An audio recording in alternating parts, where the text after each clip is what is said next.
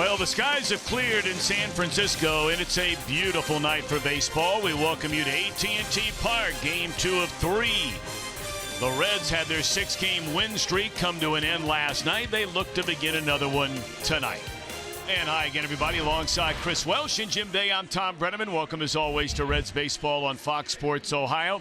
Joey Votto not in the lineup after leaving the game with tightness in his back last night. Jim Day will have more on that in a moment. The man replacing him has played almost 25 games in his career at first base, and that's Adam Duvall. I never worry about Duvall, no matter where you put him defensively. I really think he can play anywhere around the infield. He's a guy that played shortstop in high school.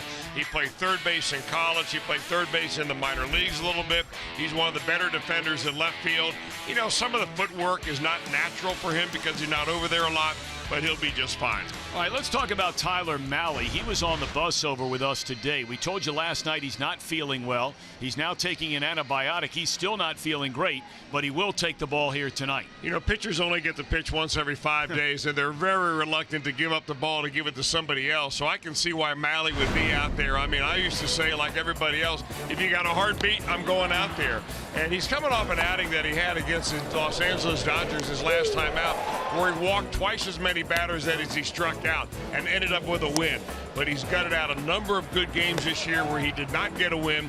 Deservedly so. He got one last week because it may not have been the most efficient game, but in my mind it was probably one of the most impressive games I've seen him pitch. Ty Block is his mound opponent tonight, a 27-year-old left-hander. He's not a hard thrower at all. He doesn't strike out very many. He's a guy that throws a four-seam fastball. He's going to remind you a little bit of Brent Suter of the Milwaukee Brewers, a guy that is up in the zone. He's got to be right on the corners to get it done. All right, when we come back, earthquakes and Votto? Are you kidding me? Well, look, if you want to know the inside scoop on what's happening with Joey Votto, Jim Day's the man to go to.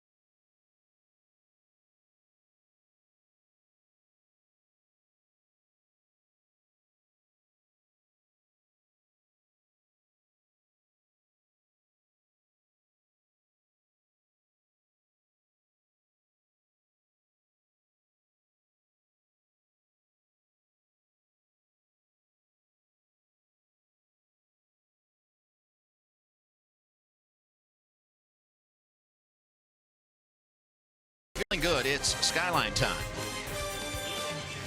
Big news here last night was Joey Votto leaving the game with lower back tightness. It's been an ongoing issue for Votto. He just simply hasn't talked about it, but it flared up last night.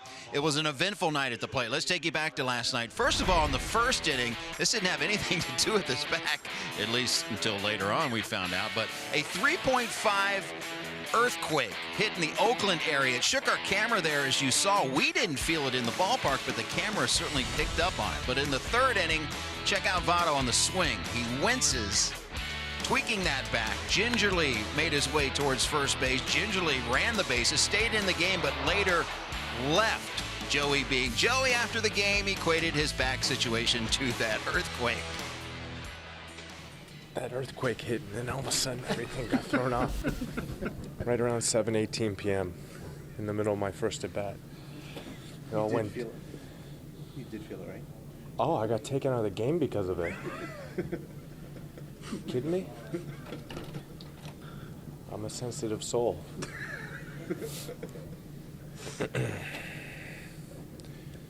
How bad is it, the back? I mean, is this something you don't think it's going to be too long?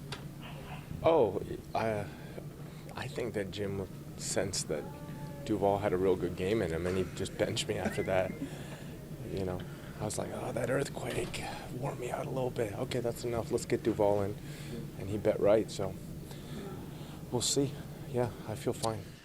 And as for today, he is not in the starting lineup tonight, although not long ago he was shagging in the outfield. Now, this normally doesn't happen because he simply starts every day, but Votto looking like he's doing better, but some rest will do him well. And Joey talked about Jim Riggleman was already going to give him a day off in this series. I think that there was a possible plan of me getting a day off this series preceding the trip back home, and so I think it was convenient that I had a little bit of a a hiccup, and I think some rest is good, and I look forward to getting back on the field. You think it could be tomorrow? I hope it's tonight. So we'll see. Now, that off day, Jim Riggleman says, was supposed to be tomorrow, and the team off day on Thursday would give him 2 straight days. So his availability tonight, not sure. Tomorrow, not sure. I think in a perfect world, they'd like to not play him tonight or tomorrow and give him 3 days off to rest that back. Again, it's been an ongoing problem for Votto. He just simply hasn't talked about it. So the Reds will go to battle without him in the starting lineup. As we warm you up for the Giants and the Reds. Coming up, a giant problem for the Reds.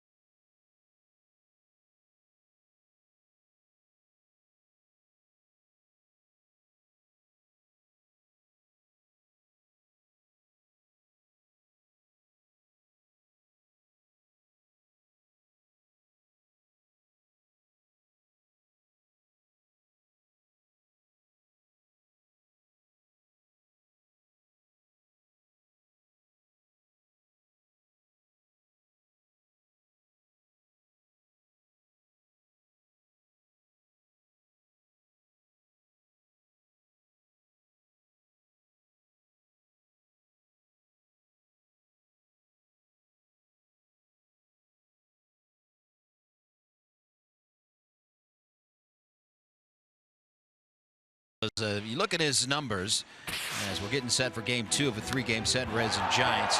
In the Giants' wins over the Reds in his career, .446 average, 17 RBIs and 18 runs, but in losses spanning 21 games, just a .234 hitter. Last night, 2 through 5, they were doing damage, including Brandon Belt last night, particularly against Sal Romano. Giants 2 through 5 hitters: McCutchen, Posey, Belt, Longoria, Crawford, 11 for 23, 8 RBIs and 8 runs scored last night. It was a high-scoring game last night. We'll see how it turns out tonight. Tyler Mahle goes to the hill for the Reds as the Reds try to start another winning streak. Lineups and first pitch around the corner. Tom and Chris with the call.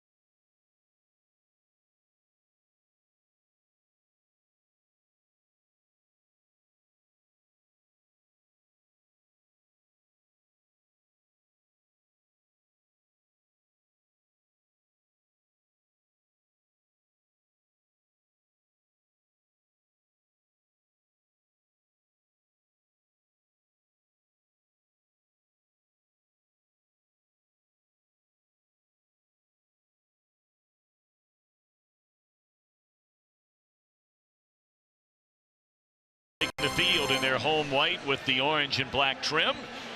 And the Reds 11 up, 13 down since Jim Riggleman took over as interim manager. His lineup tonight, presented by Nissan, reads as follows.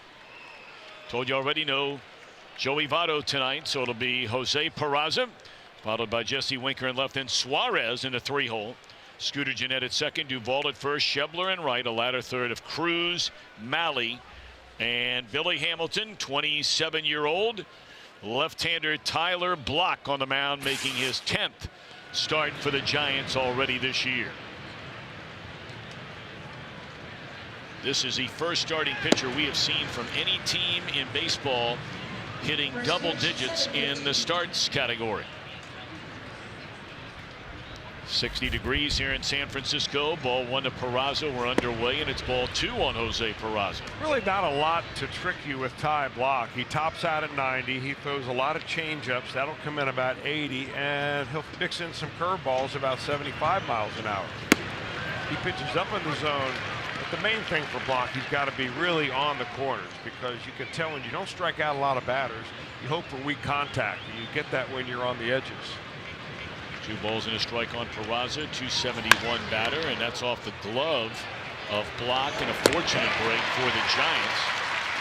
Deflected to Kelby Tomlinson, and that'll go 1-4-3 on the putout of Peraza. The Giants on defense, presented by Ford. Same outfield we saw last night. McCutchen on a long hitting streak right now.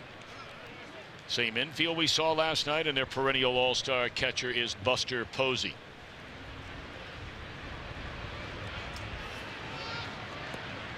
Jesse Winker went hitless his first 3 times up last night. But his last 2 times, he had a double into left center and a single into right, scored a run. So Jesse 1 point shy of a .270 batting average. Without a home run, he has 11 runs driven in.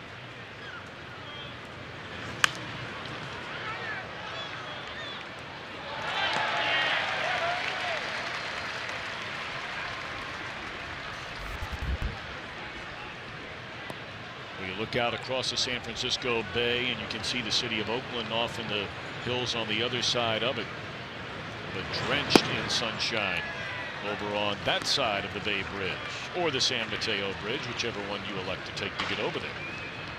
Or you can take the ferry. Or you can take the ferry, or you can take the train. Or you can walk. A man like yourself, though, I would think you'd get on the open seas. A kayak. Something along those lines. I'm wondering when that's a Jim Day deal, but I'm wondering when they may have Uber kayaks around here. What do you think? Well, I have no doubt they're coming sooner or later.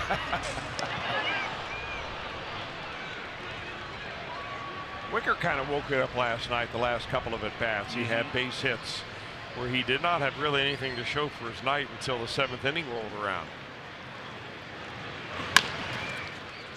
Tapper over the mound, but plenty of time. And the play is made by the second baseman Tomlinson. Tomlinson came a long way to get that ball to bounce right over the top of the glove, a block, and sometimes those things can just die in the grass and give you a nice little infield hit. Did not happen here for Winker.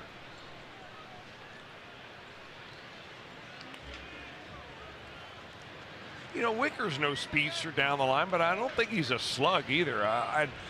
You know, one of these days we're going to have to put a clock on him, or maybe ask some of our scout friends to see what his average time is down first base. You know, I think it's more like average than not average.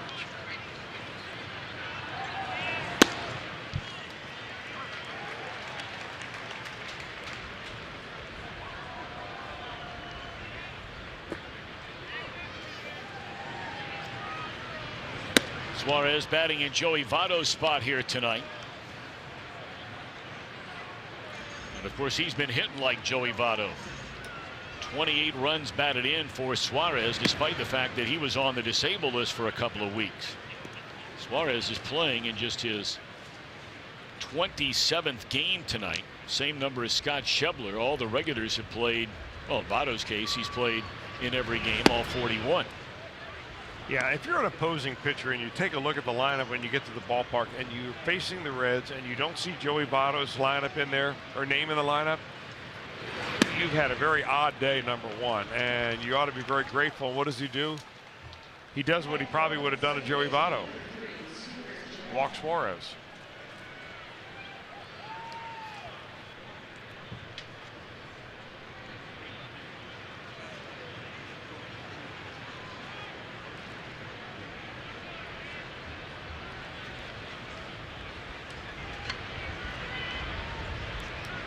Scooter Gennett named the National League's Player of the Week before the game here yesterday, and my, oh my, what a week it was for Scooter.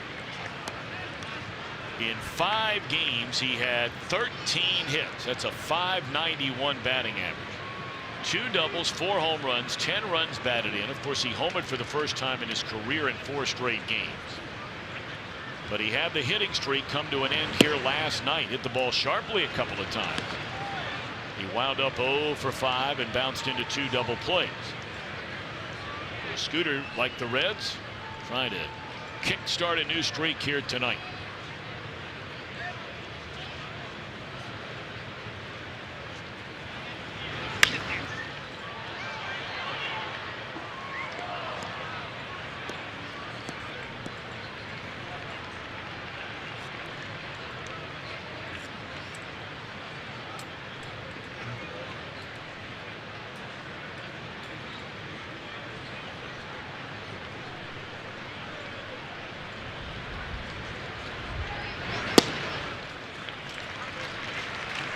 Two balls, 2 strikes.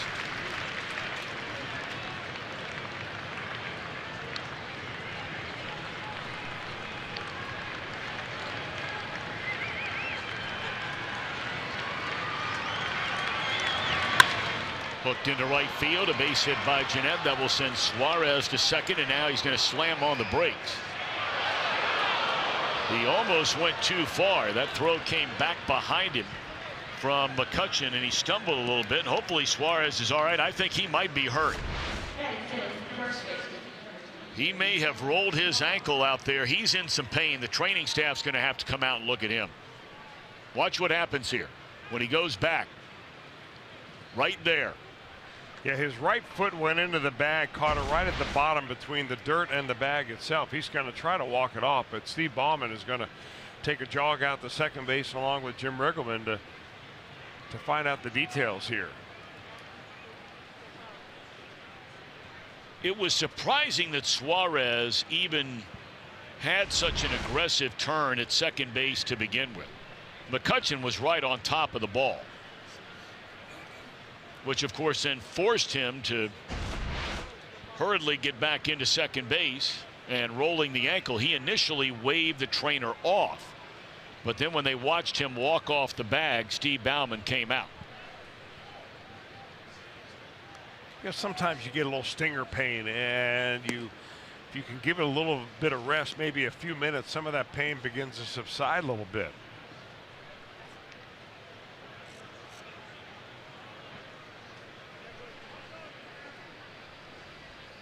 You know, one of the things that Jim Riggleman has tried to impress upon this ball club is his aggressive base running.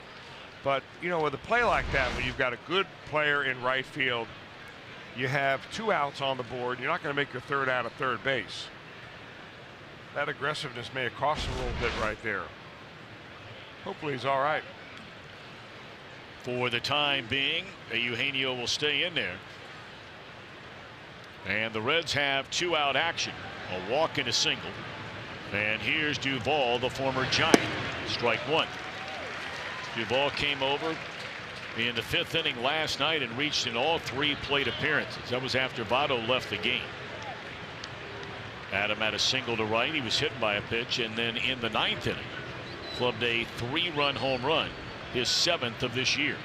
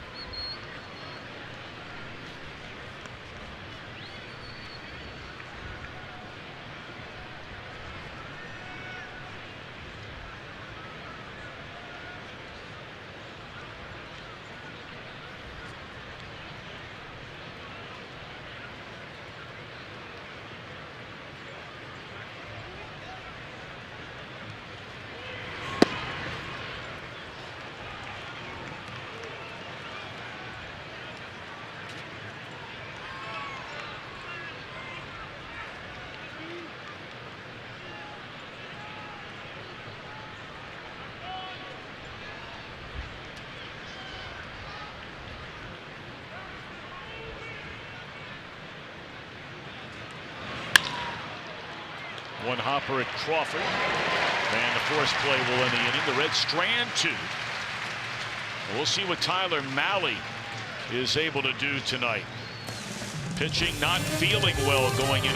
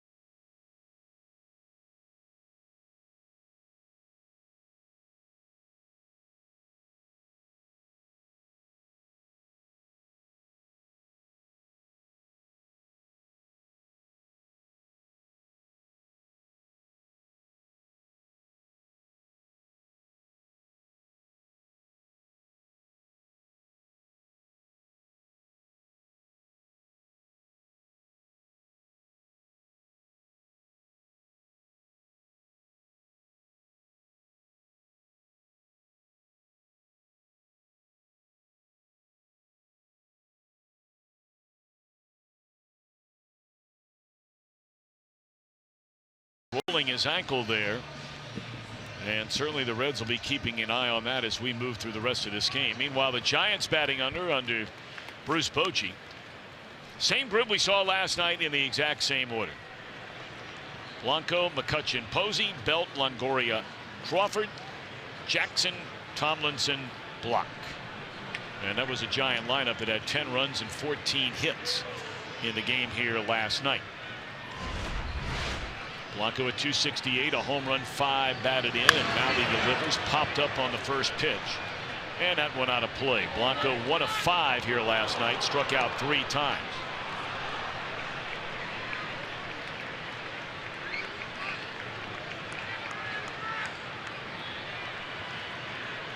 Excellent numbers for the 23-year-old Tyler Mahle. Yeah, still hard to believe he's only 23 years old with the mountain presence that he has and the ability to use his pitches to their maximum benefit. He's a guy that throws a 4-seam fastball, never tries to sink it. It's always across the top of the zone for the most part. Sliders and changeups are down. And he gets a little breaking ball that's ripped out right at the first baseman. Look at the Reds on defense, presented by Ford. And with the exception of Votto and the catcher, everybody remains the same from last night. Duvall filling in for Joey, and Tony Cruz making his 3rd overall start, his 2nd on this series. You may recall he started the finale in Los Angeles on Sunday afternoon. 1 out for Andrew McCutchen, among the hottest hitters in all of baseball right now. Picked up his 1500th career hit last night. He's hit safely in a season best 13 straight games. It's the longest active streak in the National League and the 2nd longest in the major leagues, behind Cleveland's outstanding shortstop Francisco Lindor. He's hit in 15 in a row. Bruce McCutchen, all those years playing inside the National League Central Division. 29 career home runs against the Reds. That's 3rd most among all active players, behind only Albert Pujols, who of course has been gone seemingly now forever in the American League, and Ryan Braun, who has 41. Pujols had 47.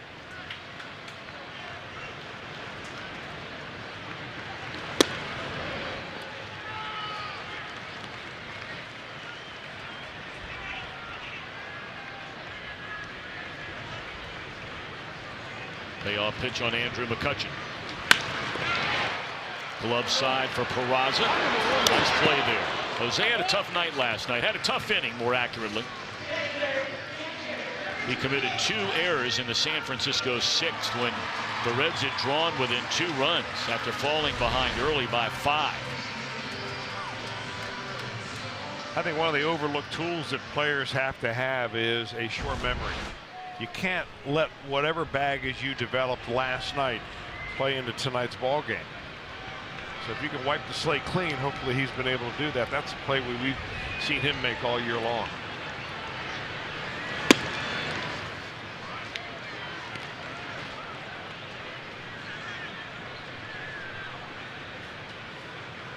So the first 2 retired by Mahle, and here's Buster Posey, a .312 batter, and a base hit with 2 outs in the center field.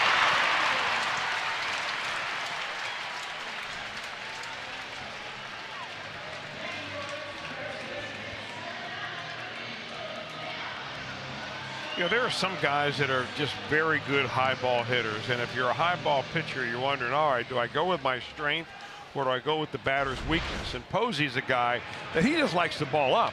I mean, you can see the way he angles his bat prior to the swing. It's almost flat and on plane. Very difficult to get that high pitch by him. Now, Brandon Bell, on the other hand, had some very nice swings last night on pitches that were down around the knees. He's a guy that really likes the ball down.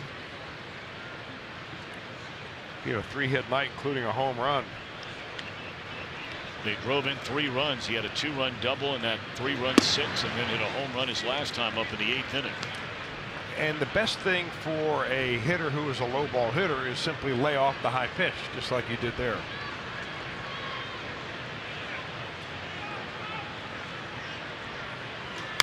Straight up into the air and out of play. So Tyler jumps in front of Brandon Belt at 1 ball and 2 strikes. Giants come in a 500 team. And if you weren't with us last night, that's really saying something. When you look at all of the injuries they've had, their top 2 pitchers, in fact, their top 3 pitchers have spent time on the disabled list already. Their top 2 are currently on it. Madison Bumgarner has not thrown a single pitch since getting injured his final start in spring training out in Arizona. Yeah, they're hoping to get him back in another 10 days or so. He's eligible to come off the DL on May the 25th, but he's only thrown a couple of bullpens. He'll need a couple of rehab starts to make sure everything's A-OK. And then we talked about the longtime Red, now Giant via Kansas City, Johnny Cueto. Anywhere 6 to 8 weeks. Had his elbow checked out, and they believe he will not require surgery, but plenty of rest. So the Giants, being a 500 team, and that's not even mentioning the fact they're without 2 regulars in their lineup, and important parts of their lineup in Joe Panik, their regular second baseman, good player. Yeah. And Hunter Pence. Oh, and by the way, throw in their closer, Mark Melancon. For Cueto, you know, this is an interesting thing right here, because I always wonder when they say, well, he doesn't need surgery.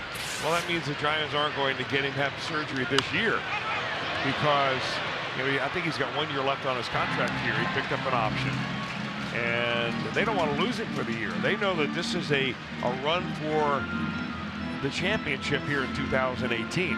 They picked up some veteran players. This is the window open right now for the Giants, and the last thing they want to do is lose Cueto for 12 months.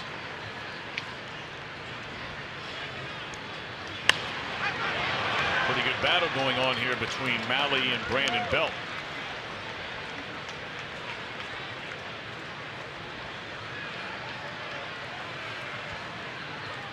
This will be the 9th pitch coming up in this at bat as Malley's trying to put this Giants opening inning to bed. But Belt's a tough out. Jim Day talked about that in the pregame show. And he walked.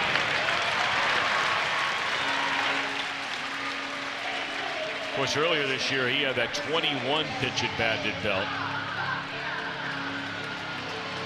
So now the inning continues. The Giants, much like the Reds, with 2 out noise. Malley retired the first 2 in the inning. Now a single and a walk. The Reds had a walk and a single after 2 were retired. Locke was able to get out of it. Here's Evan Longoria. Strike 1.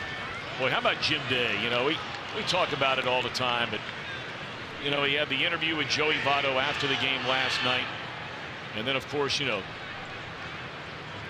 the relationship those two have. Jim able to corral Votto even after working out a little bit today. There's a fly ball into deep left field. Winker will go get it, and that will end the inning. Oh, you can exhale now, Tyler Malley. No score at the end of 1.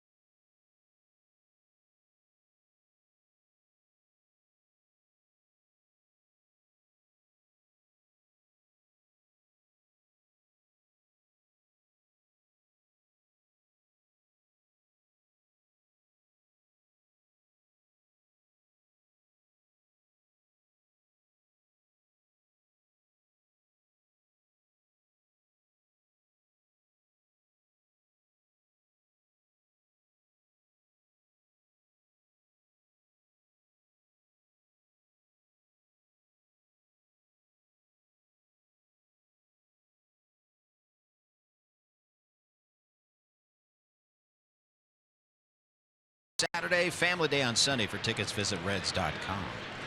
Lefty Ty Block back on the hill for the Giants, and many say that lefties are born. Unless you're Ty Block, he was created. He's a natural righty. He does everything right-handed: eating, playing golf, swinging a bat, throwing a football, everything that is, except pitch. And he owes it to a family friend named Mike O'Day in the Denver area, where they would play catch often as a kid. And every time that he would pick up a ball, O'Day said, he'd make him put it back on the ground and tell him to pick it up with his left hand and throw it to me with your left hand. Everyone asked, why are you doing that? Because he said left-handers are a better commodity in baseball, so I'm going to make him left-handed. Everyone thought he was crazy, but it actually turned out to be a very, very good thing. Oh, I think you're right about that, Mr. Day.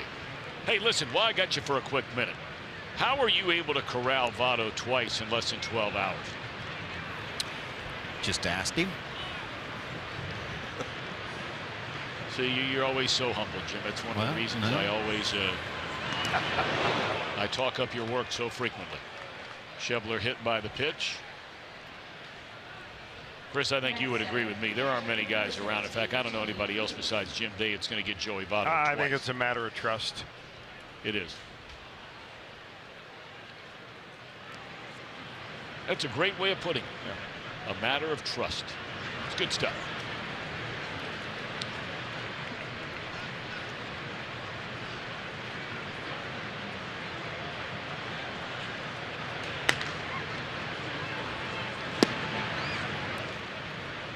Tony Cruz picked up his first hit as a Red in his most recent start. He had that double in the 7th inning on Sunday in Los Angeles. So Tony 1 for 9.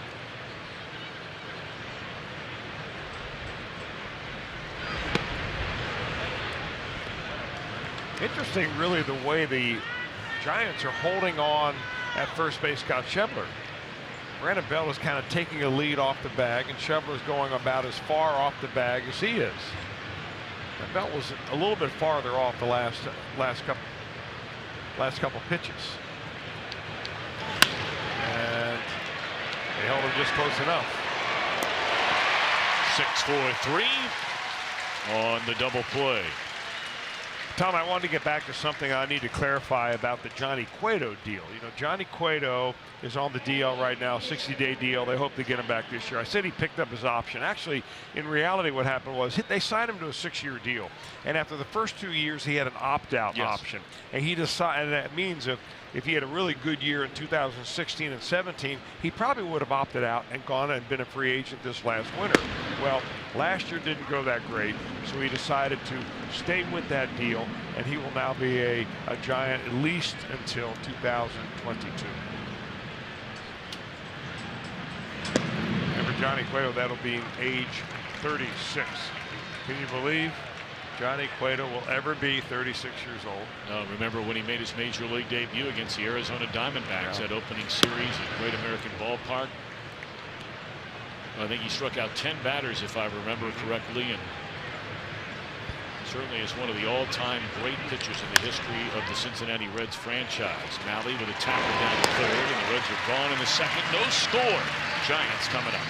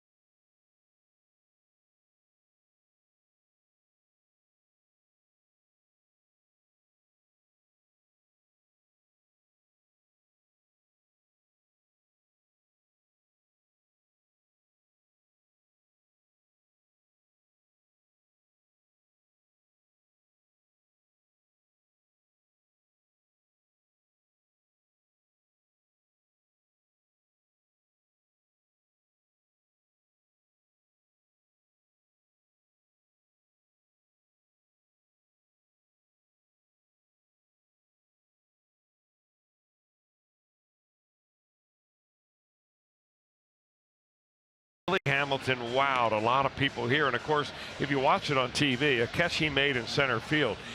We're so used to Billy Hamilton covering this kind of ground and making this kind of catch that it's almost ordinary.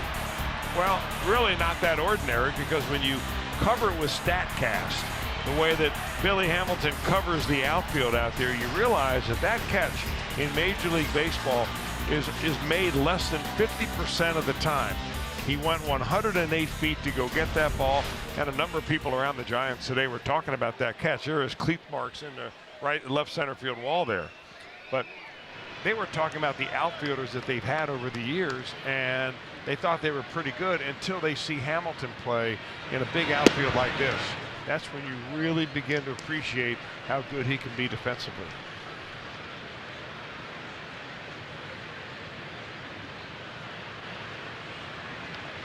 Shortstop Brandon Crawford to start things for the Giants in the bottom half of the second inning.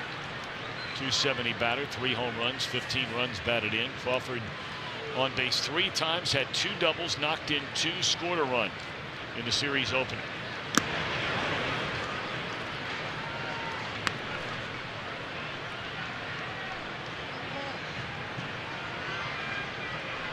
When we rode over on the bus from the team hotel today, generally the starting pitcher will ride that same bus. Most of the players would be here already. There are a couple of different bus times staggered when players can go from the hotel over to the ballpark. And the starting pitcher is generally the only one that's ever on the latest bus. That's still 3 hours and 15 minutes before the game. And it's only about a 10-minute ride right down the hill. Anyway, Mahle got on, does not look good, was constantly coughing basically during the entire bus ride, and we asked him at the end of it how he was doing.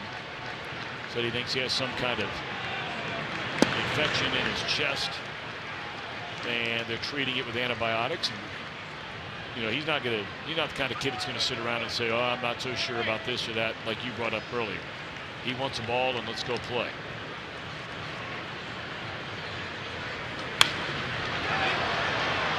3-2 on Crawford.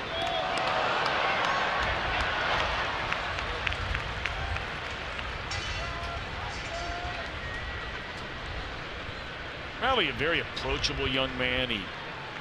Chris brought up his savvy and his polish out there on the mound. I mean, he looks like a pro, like he's been there a while. That ball driven into left center field. Brandon Crawford with a 2-base hit.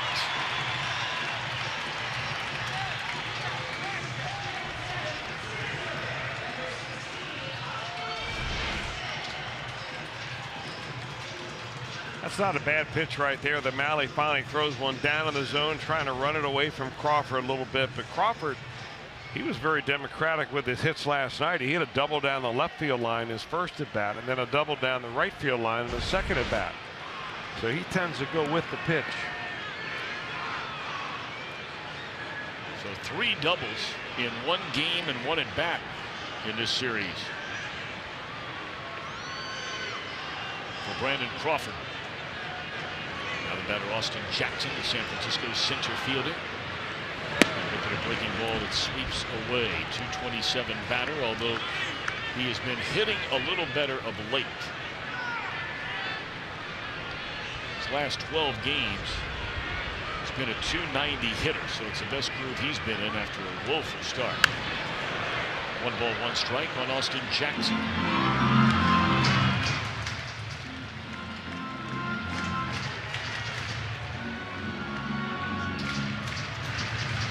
You know, the Giants are among the worst hitting teams in baseball with runners in scoring position. But look what they did last night. Had a lot of big 2-out hits did the Giants last night, even with the numbers in that game. The Giants are hitting 193 with runners in scoring position and 2 outs, 232 in all other situations with runners in scoring position, and they delivered the goods getting back on the home front where they have played well this season here last night. Straight up in the air, and the runner will stay put at second base.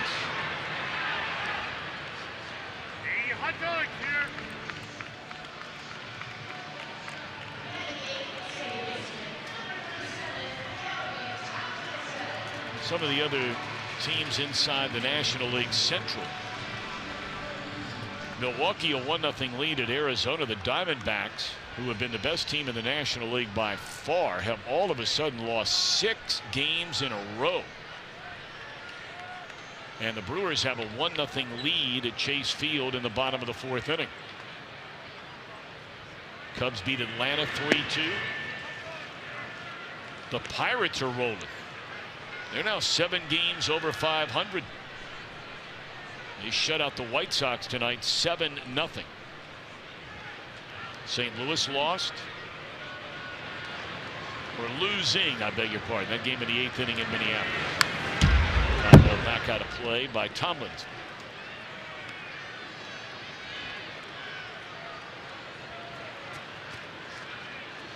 I tell you what, you look inside that National League Central Division now, and you've got some teams playing really good baseball. The Reds have had a 6-game win streak, you know, but the bottom line is they're still far, far removed from the other 4 teams above them.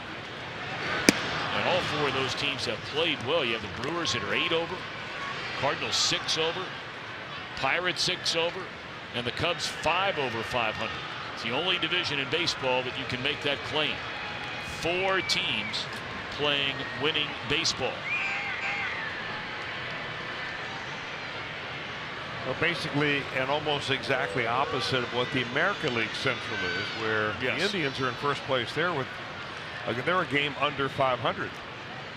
The Tigers are 3 games under 500. They're only a game out. In fact, the Indians lost again today. Their bullpen giving it up, so they may be in search of some bullpen arms.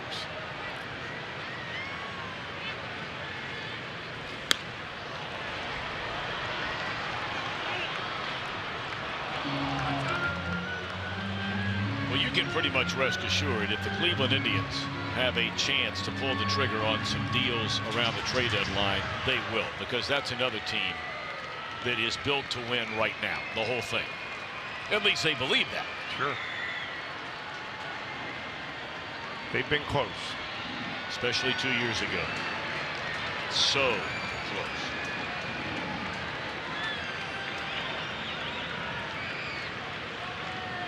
Ball and 2 strikes on Tomlin. Whoa, they might get him. They did. Where in the world is Brandon Crawford going?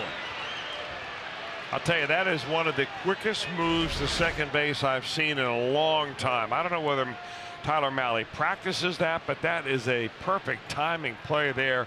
Quick feet, ball delivered on the money. And of course, the Giants are going to take a look at it because it was so close at second base. Yep, they're going to look at it. Tough to tell if his finger's on the bag there.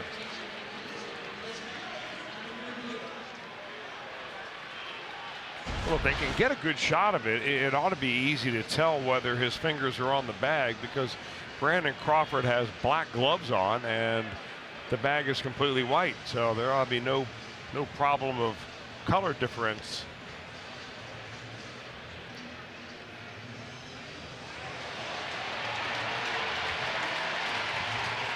I thought the first angle we saw that he was safe, but we'll see.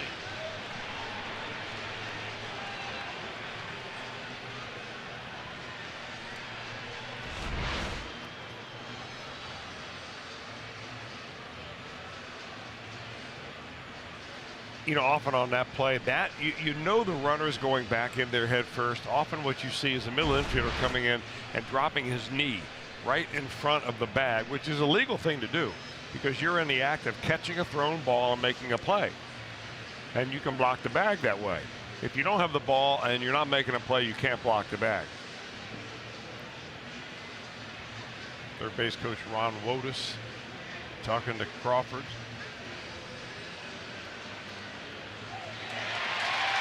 And Crawford is safe. Never mind.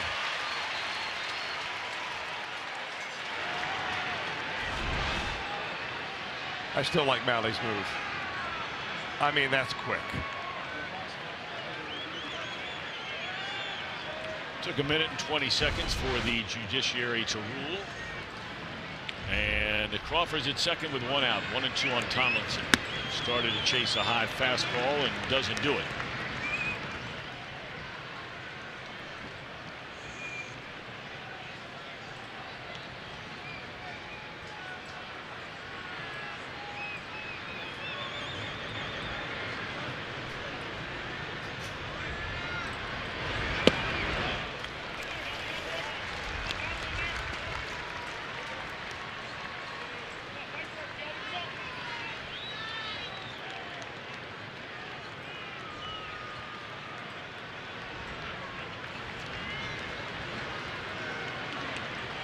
Three balls, 2 strikes. Ground ball to Peraza. You may remember that was a play that he may have taken his eye off the ball momentarily with thoughts of throwing to third in the game last night. 1 out in the inning, and he wound up committing one of the 2 errors he had in that 6th. Coming up later on, presented by Miller Lite, we'll have our Hold True moment, so invite you to stick around for that. The pitcher Block will bat, with Crawford, who led off this inning with a double, now leading at third. No score in the game.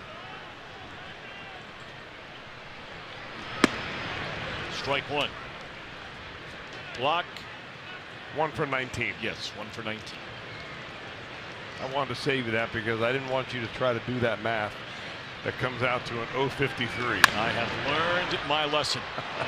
Never again. I humiliate myself enough without having to add on. And thank you for pointing that out, I might add.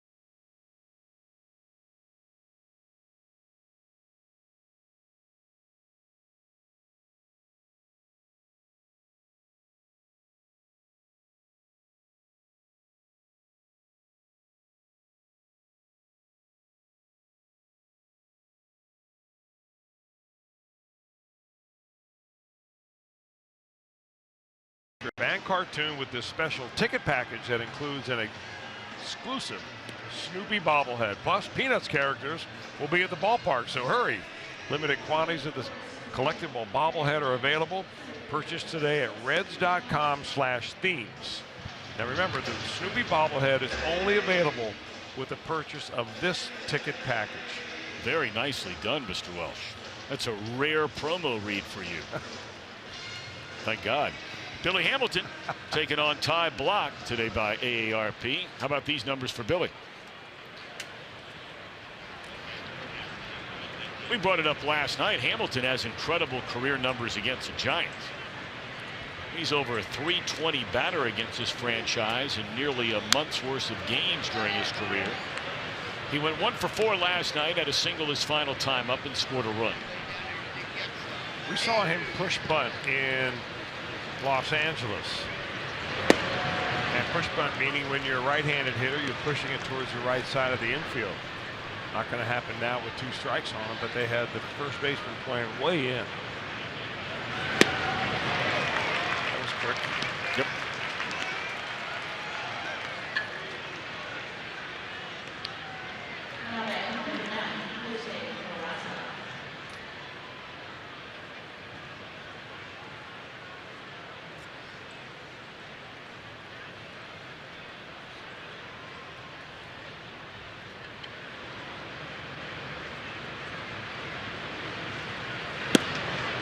Block was the opening day starter for the Giants this year.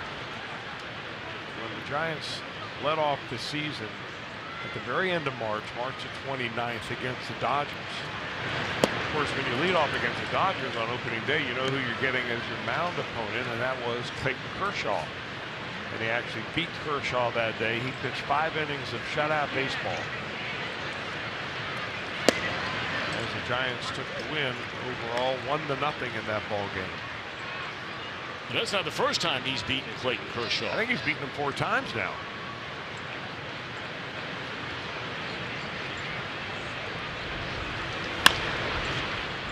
Bouncing ball, one shortstop to another.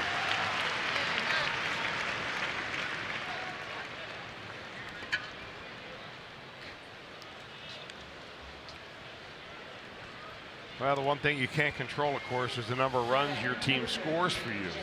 Last 4 starts, he's been getting plenty of runs, 20 runs of support. He's got 2 wins to show for that. In the first 5 starts, he only had 3 runs and all of those 5 games. And the game he won was that opening day start against the Cardinals, or against the Dodgers, and that was it.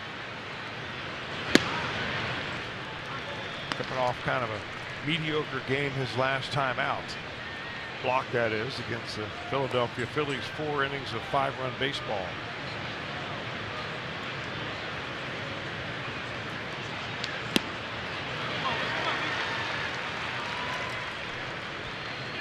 Winker tapped out to the second baseman his first time up.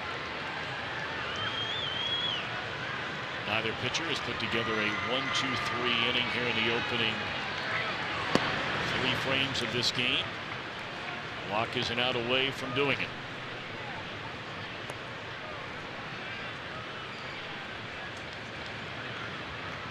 Jim told you earlier, Block grew up outside of Denver but went to Nebraska for college at Creighton University, and that's the same result as the last time, except this time did they get it? And Winker is there in time. So that'll be an error on the second baseman, Tomlinson.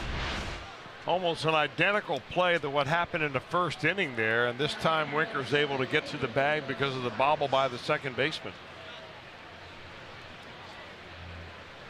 You know what you call that in the dugout, don't you? Bootzilla.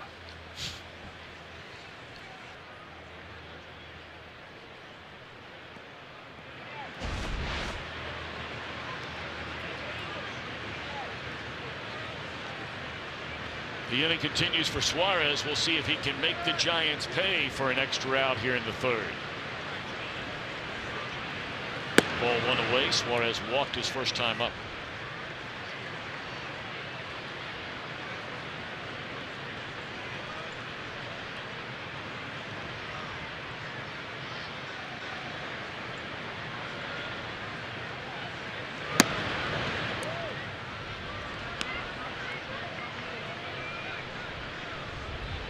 Reds left 2 on in the opening inning, so too did the Giants.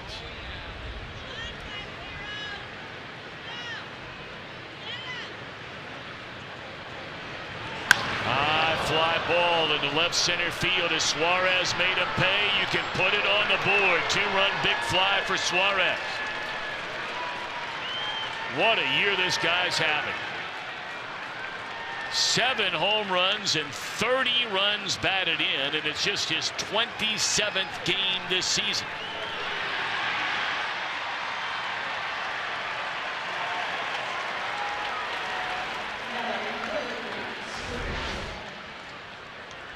Well, he got a pitch that looked like a breaking ball of some kind, 79 miles an hour. I'm presuming it's a curveball, and just above the knees, and a nice sweeping swing by Suarez. You know, when you hit him that far, you don't have to run very hard on your ankle. You're right about that. And there's a base hit into center field by Scooter. Or that 2-out error has left the door wide open.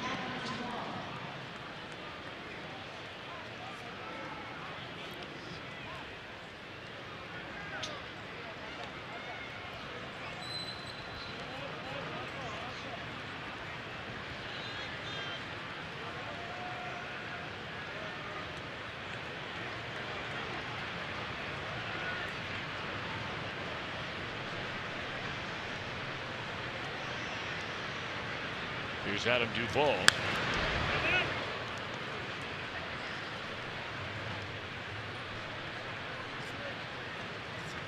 Adam bouncing into a fielder's choice, ending the first inning.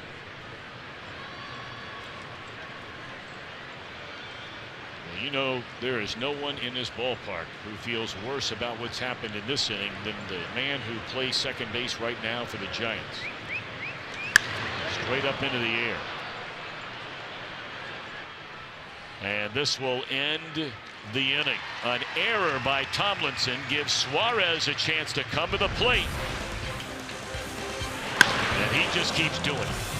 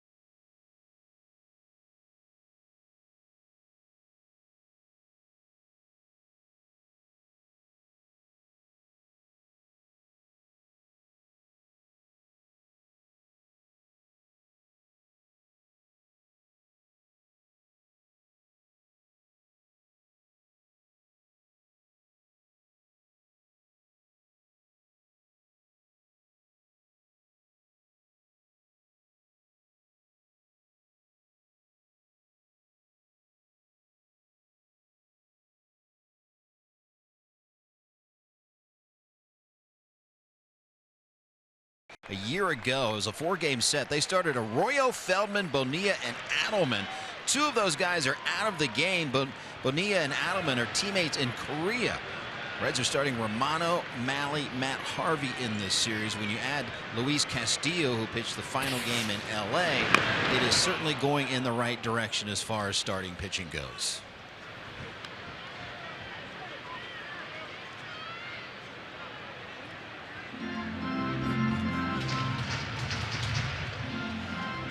All right, Jim Day, thank you very much. And now, I don't know what this conversation's about.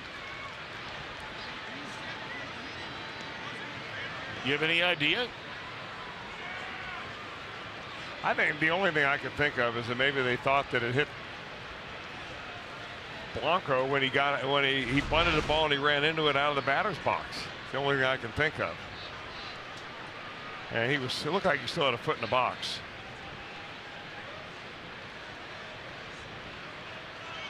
It hit him all right, we know that much. And he was also in foul territory anyhow, which is another reason why runners ought to run in foul territory. Like you don't have enough already.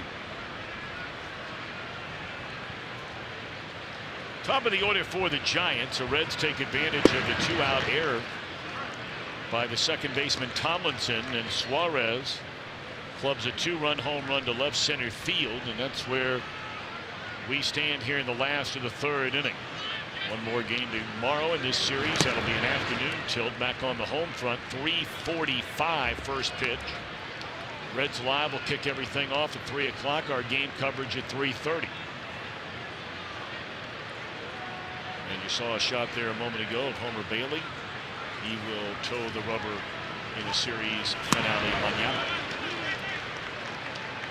Or I beg your pardon, Matt Harvey is the final game. Homer Bailey will start the first game on Friday night against Chicago, so we get our second look at Matt Harvey. Threw the ball very well. His Reds debut in Los Angeles. 4 innings of shutout baseball, allowed only 1 hit.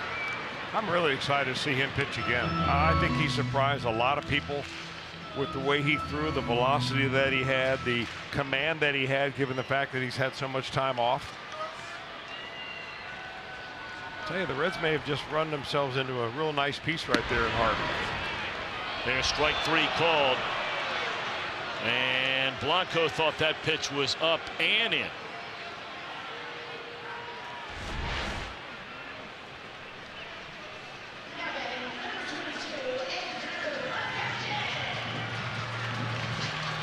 Chris, you are the rules guru, baseballrulesacademy.com. Now, please explain to the people at home, because I think this is one of the most misunderstood rules of Major League Baseball, of what actually constitutes the strike zone. A lot of people think a player walks up there and, you got his, the letters to the knees, right? But that's not actually anywhere close to being correct. That was the strike zone when we were growing up. Right.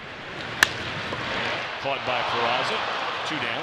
Now the strike zone, the hollow of the knees is the lower end of the strike zone. The top of the strike zone is the halfway point between the top of the shoulders and the top of the belt, as the hitter is preparing to swing. That's a part. Not as he's swinging, but as he is prepared to swing. And what happens a lot, Tom, is that a hitter will get an inside pitch like that one on Blanco, and he'll take it by standing straight up and getting out of the way, and he inadvertently raises the strike zone in the eyes of the umpire. Very interesting. So that's when you're going to get a higher strike called than you will if you're able to maintain your crouch. So some guys would naturally come up. Ricky Henderson is a great example of a guy that had a really low crouch. But when he began to swing, he would come up and that strike zone would grow. Other guys have a tall stance at the plate, and then as they swing, they start to shrink a little bit. They bend down, and their top of their zone goes down. So umpires need to know all that. And what most umpires do is they try to get their eye level at the top of the strike zone when they get set. So watch Joe West if he gets down that low to do that. Not quite that low, but some umpires do, and they try to get right at that top end so that they realize anything above their head, they try to keep their head still. Anything above their eye level is a ball. Anything below is a strike. Perfect. Tapper, Peraza. I know one thing. You just accused a Country Joe not getting down low. I can promise you last night he was getting down low on some George Strait, Daddy.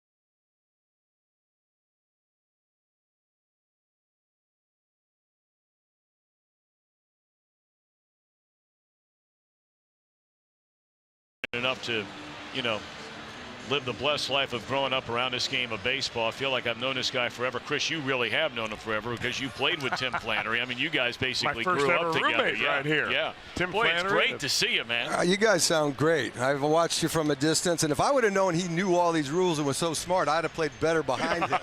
I think you did all right. Well, you played about 11, 12 years in the big leagues, right? I did, and then I coached 16 years in the big leagues and 8 years and 3 world championships for these boys. I know you won 3 rings here for the Giants, and now all of a sudden you're moving into working television and doing pre and post game shows here. Over 100 games for the Giants. Your musical career, though, I want to talk about in a minute. But you know, so far this year we've been talking about the Giants and the fact that they've got Cueto down, they got Bumgarner, they haven't had all year long, and yet they're a 500 team. They got to feel pretty good about this thing right now. They really do. I mean, they've had some tough stretches. They've also early on lost 10. They had one run game or less, and so they couldn't score. They had a slow April, but all of a sudden Longoria and McCutchen, they're starting to get hot, heat up, and hopefully the pitching. I talked to Bumgarner today. He should be back in a couple of weeks. Flan, you coached and have been a friend of Bruce Bochy forever and ever. I mean, in my opinion, and a lot of people, I mean, he's a first ballot Hall of Famer for a manager. How many more years is he going to stick with it here? That's a good question. Cruz with a base hit in the center field with 1 out. He's probably got another. He'll do it. You know what? How he says it. He goes, "Look, I left, retired because I had other things I needed to do in my life." If he retired, he said all he would do was think about managing baseball games. Yeah. So I doubt if they're going to have to tear the uniform off of him. He's made some amazing adjustments as a manager, as you know you have to do. I worked for him for 16 years. There's nobody better when it comes down to that pressure time, the last couple weeks of the season when you got to win. He's pretty spectacular at that. Well, you know, a little insight there, Tim, because you did work for him for so long. You know, if there's one thing that you think has had to do, and I know there are many things, but if there is one thing that you look at Bruce Bochy and you say, you know, this is why he has done what he has done. Any idea what would that be? Well, he's really good at putting bullpens together. He did that in San Diego. He did that here, and this is now like the second bullpen that he's had to establish. He's great at not showing players up. He will take them in, and he's a player's manager. He never forgets anything. He's very demanding on the coaching staff and on players, but does it in a really professional way. Good bunt there by Malley to advance Cruz onto second base, 2 away in the game. I know this is going to rub some salt in some of the fans of the Cincinnati Reds back there, but when the Giants were down 2-0 in that playoff series, what was 2010? Is it 12? 12. And then you came in and won 3 games in a row. You were the third base coach. What was going on inside the Giants clubhouse when you came into Cincinnati realizing you had your backs up against the wall? Well, Boch decided to have a meeting and pulled out the Old Testament and started talking about Gideon and how Gideon had the odds were stacked against him. And about that moment, Hunter Pence goes, "That's great, Boch, but I want to talk." And then he starts going crazy. "I want to play with you one more time. I want to play with you." And it was so real. I'm in the back weeping going, "You got to be kidding me." And then the momentum started. In the playoffs, that's how it is. If you don't keep the momentum, that momentum's dancing with whoever's going to hold the momentum. It's going to go right over to the other dugout. So it was just a thing of clutch hitting, great pitching, and momentum that moved us not only through that series. We had 7 elimination games before we won the World Series. Yep. Little flare to center field, and that'll fall into base hit for Billy Hamilton. That will score Cruz from second base. So Hamilton delivers a big 2-out single. And the Reds now lead 3-0 over the Giants. Little small ball right there. Credit Tyler Malley with a sacrifice bunt to move him into scoring position. Little duck snort, as the Hawk would say, drops it into shallow center field. Now the Giants have to worry about Billy Hamilton at first base. I remember that series where you guys, the story you just told happened in the clubhouse, but then Hunter Pence carried that into the dugout before games 4 and 5, where you guys, it looked like a football huddle, like a college team down there before the game started. That's something you rarely ever see in baseball. And Hunter didn't even have one hit. He did all of that he hadn't even got a hit. It was all real, just wanting to play with this group of guys, and it was just a tremendous run. You know, it's so easy to forget that baseball has a heartbeat. We'll come back and revisit this. Tim Flannery with us in the booth tonight. Reds have added a run and lead 3-0.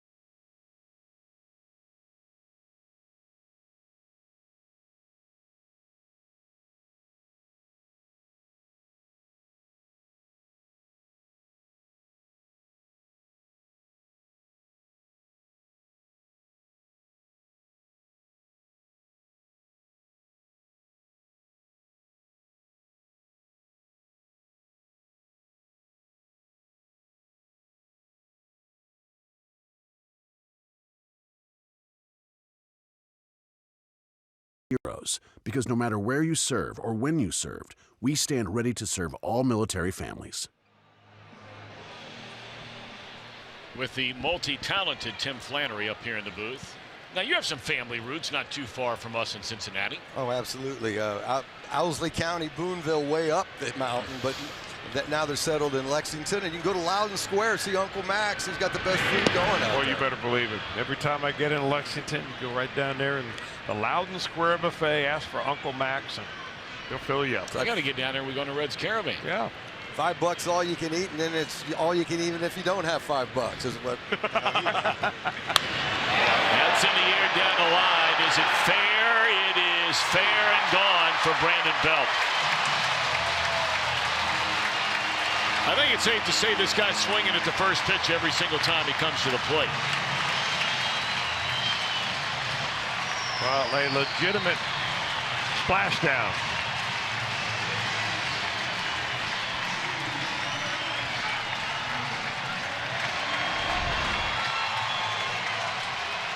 Well, I said early on that he was a good low ball hitter. He's just showing he's a pretty good high ball hitter right there, too. Well, Malley does a lot, and we haven't seen really high velocity off of him tonight. But that four-seam fastball that he throws, you know, early in the count, he's like trying to guide it in there at 89, 90 miles an hour, and later in the count, he's able to, you know, put a little extra gas into it. But Brandon Belt is seeing the ball real big right now. Had a long at bat against him in the first inning, and now takes him deep.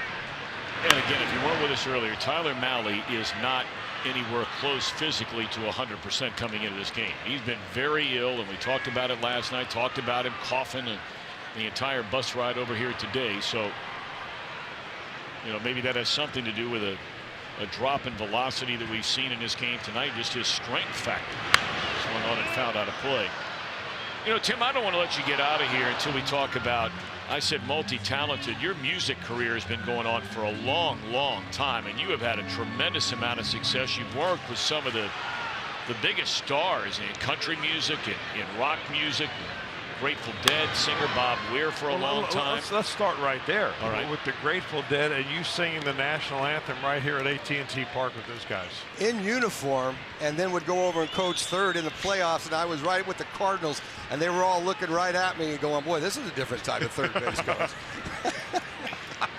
But, you know, you've done such great work. As that one is smoked in the left center field, that'll be a hit. Winker to cut it off, and he'll hold Longoria to a single. But all the music and the touring around that you do, You're raising money for a very important project that you put together. It's a nonprofit called the Love Harder Project, and you can check it out at loveharderproject.org. All the money we make from the music, and you can find us on iTunes and everywhere else, we give away. We give away to anti-violence, anti-bullying in schools. And even Sean Casey, the mayor of your town, yep. he donated some money, and we immediately put it in the Cincinnati Public Schools for bully benches and places of refuge for children during school where they can find some comfort, some confidence. So yeah, we think that's our ministry. And I've been adopted by some great musicians, the Dead. I've been out touring with Jerry Jeff Walker, who wrote Mr. Bojangles, and just been very fortunate to be able to use the music to help others. That's great stuff. Great stuff. Now you're touring with Jerry Jeff Walker. Now, some younger of our fans may not, but he was one of the most prolific songwriters, I mean, for decades and decades. Recorded many times by Jimmy Buffett. Wrote Mr. Bojangles is probably one of his most favorite or most famous ones. Nitty Gritty Dirt Band made that famous, made that a number one, made him. But think about this one now, where he wrote that song. He got thrown in jail and met Mr. Bojangles in jail and came out with a standard. Who does that? He does. That's a great story. Great song. I know one place you won't hear that song, Dodger Stadium. Oh, gee, here we go again. I'm with him. I just can't. Am I right or wrong? I mean, it's overbearing. And it's loud. Yeah, I mean, come on. That's what I said. First thing I said today, I said, you come to this ballpark. We did last night. The tune selection is incredible. It's not beating you down. You know, it's just so nice. Things not going so well to begin this bottom of the fourth inning for Tyler Mahle. Meanwhile, he's given up home run, single, and here come the Giants. Fortunately for Mahle, though, he's down towards the bottom of the order right here. So if he could take care of Jackson, you know, Tomlinson is not known as a great hitter. He's pretty much a defensive first infielder, and then you've got the pitcher spot. So there's a way to get out of this. You just got to make sure you maintain it one at a time. Now, Flan, let's talk a little baseball, okay? You did a play when you were playing. You know, we nicknamed it the Dookie Drag, but it's a bunt, and you know you're a right-handed hitter, and you're bunting that ball towards first base. What are the I mean, bunting sometimes is so misunderstood. It looks so easy on the TV. Maybe it's not that easy. What are some good tips for kids out there that want to bunt? I was the bunting instructor here, and I would actually, Bumgardner took me over to work with some of their pitchers today, just in my suit, you know. But I taught what Juan Pierre taught me, to when you're actually practicing, you practice being slower. You practice slowing the moment up. You practice everything slower because the excitement of the ball, of the situation, the excitement of the fans and everybody knowing you're going to bunt, start speeding things up. So you first start like that, and then you go to a spot in the zone instead of just looking for the baseball. What about that push bunt that you used to do to first base, the little Dookie Drag? The Dookie Drag, and with 2 strikes, you called it the dirty Dookie Drag. And that was when a left-hander would fall off the mound, and I would try to take it with me down to second base. Well, we got a center fielder. Maybe you could spend a little bit of time with him on the dirty Dookie Drag. He had to call him Juan Pierre, because I'll tell you, even when Juan Pierre was still, he'd come out early with the Colorado Rockies, and I'd say, hey, Juan, you're actually our bunting instructor. I'm using everything. You want to come over here and help us? He always got a kick out of that. Great kid. Yes. Great kid. 1-1 to Jackson is a fastball high. But, you know, we've noticed this year it just seems like the art of bunting is deteriorating almost by the day. You agree with that? Is that what you're saying? That's all I've been going off on. You know, I was working MLB Network for the last 3 years, and I had to kind of adapt a little bit to some of that, the new metrics, but putting the ball in play and moving runners still wins games. This guy here last night, Austin Jackson, didn't have a hit last night in the 14 hit parade, but he probably had the biggest at bat of the night in the 7th hole, not striking out with the base open, he ended up taking the walk, or they would have walked the 8th hitter and probably wouldn't have scored and ended up getting 3 runs because of just a great at bat. That was a huge trip to the plate, drawing that walk. Now that was a sequence really that ran Sal Romano out of the ball game. Adam Tomlinson finally got a base hit up the middle. That was the last batter that he faced. That was in the 3rd inning. Well, it forced him to bring the infield in. That was just a little dribbler that Tomlinson was hit up there, and that was all she wrote indeed. That was the final batter, as Chris mentioned, of the night for Romano. Wound up giving up 6 earned runs in just 2 in the 3rd inning. 2-2 on Austin Jackson.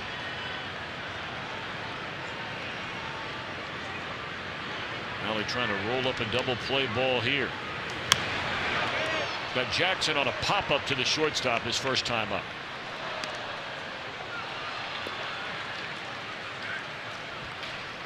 You know, Malley, for a guy that does not throw very many ground balls, and his ground ball percentage is 37%. That makes him a prolific fly ball pitcher. But he has rolled up 6 ground ball double plays this year. So perfect opportunity here for number 7.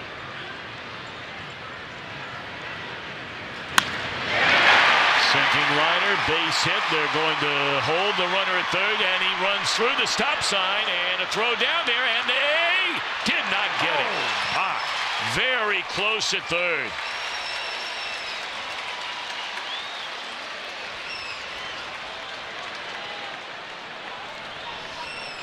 All right, Tim Flannery, former 3rd base coach, take us through that play right there from the eyes of a 3rd base coach. First thing you got to do is when that ball's hit, you look and see how the second baseman, the player who's reacting to the ball, how he perceives it. You don't make your decisions on where the ball's hit. You make your decisions on how the player perceives where the ball is hit. And with nobody out, I know that the bottom of the order's coming up, and Ron Votto has done a really fine job over there. That's not an easy thing to do. He got him back. Boy. All right, so they are loaded for the number 8 hitter with nobody out, and the Reds have action in their bullpen for the first time all night. Swing and a miss by Tomlinson. Left-hander Amir Garrett starts to crank it up in a hurry in the Cincinnati pen.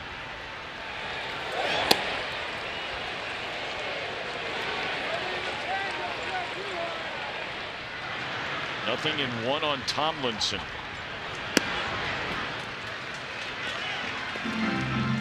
Well, this is a huge batter in this game. I mean, you still have to get 3 outs in this inning. But if you can find a way to get this guy. Pitcher due up next, 1 for 20 on the year. Now 1-2 on Tomlinson. Well, look at Malley able to add, you know, early in the count, 89 miles an hour. Now when he needs it, 94. I mean, there are not a lot of pitchers out there that can add and subtract when they want to like he can at age 23. One of the things that gets you excited, but he needs to make a pitch here. Trying to give him a chase again.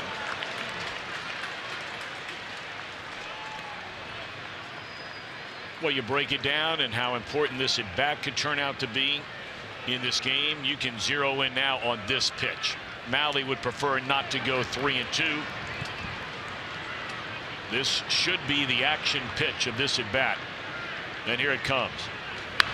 Well, you can zero in also on Kelby Tomlinson. He was the guy that made the error that enabled a runner to get on base, and then really the Reds to end up scoring a couple of runs in the 3rd inning on the Suarez home run. So you can make up for something right here with the bat. 2-2 again. Came with a breaking ball, and somehow, some way, Tomlinson makes contact to hang around. The Giants now, with their pitcher on deck, have action in their bullpen. Right-hander Pierce Johnson starting to throw.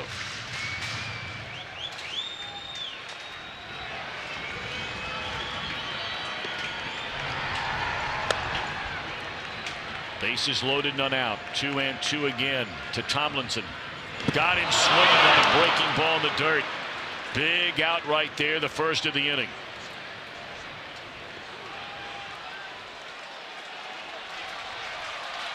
And They're going to call the pitcher back. Bruce Bochy, you surprised by this move from Bochy?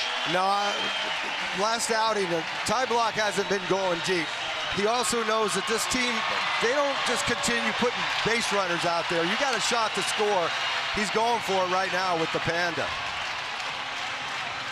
And that's Pablo Sandoval, Kung Fu Panda, one of the great nicknames in baseball history. Well, this guy was such an unbelievably popular player and productive player all the years you were here. Big hits, man. Had a lot of big hits.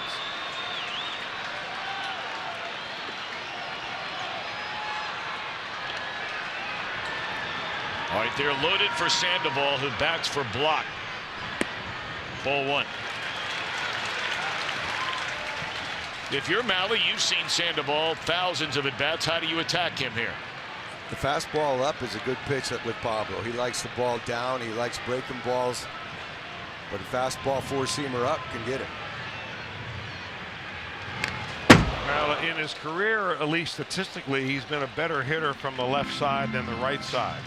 That's probably why Bochy wants to use him right here instead of waiting maybe later on in this inning or in the ball game to face a left-hander like Amir Garrett, who's down in the bullpen right now. Absolutely. About a 45-point difference. Most of his at-bats came left-handed.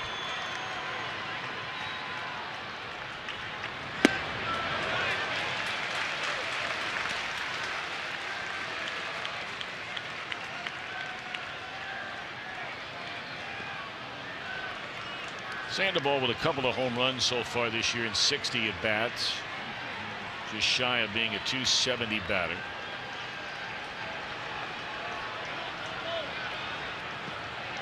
And a 2-1 offering with the bases loaded. Base hit left field. Breaking ball down and away from it. And Sandoval's 2-run pinch hit single has tied the game at 3.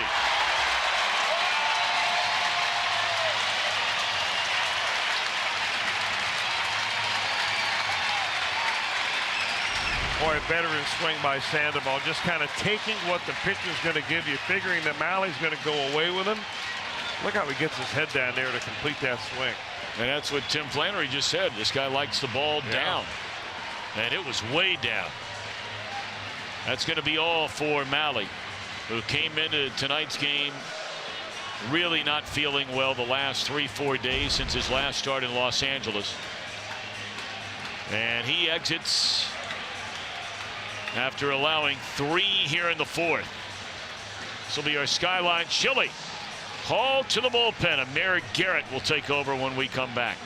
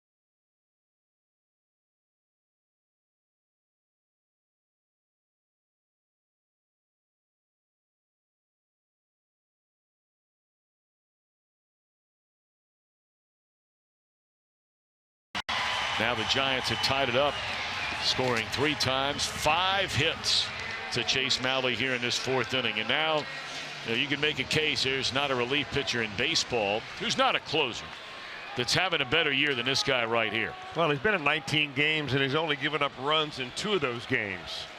One game he gave up 3 runs. That was a tough one on him. The last time he was scored upon, it was a solo home run about 6 or 7 games ago. So it seems like he is riding a wave of momentum. The more he pitches, the better he pitches, and the better he pitches, the more he pitches. Take a look at that number. Only one of the runners in which he's inherited is coming to school. He inherits 2. That number right there earns you some steak dinners.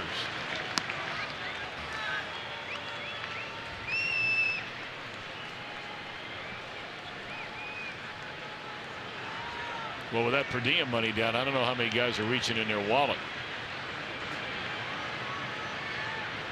Swing and a miss. You have a good point there. Especially in the booth. Well, maybe they'll buy dinner over here at the ballpark. You guys keep talking about that Skyline chili. I'm gonna be going on that airplane with you. You got that right. Real good right now, wouldn't it? 1-1 to count. 2 on, 1 out for the Giants in the bottom of the 4th inning. And a liner off the glove of Peraza. They might still get an out.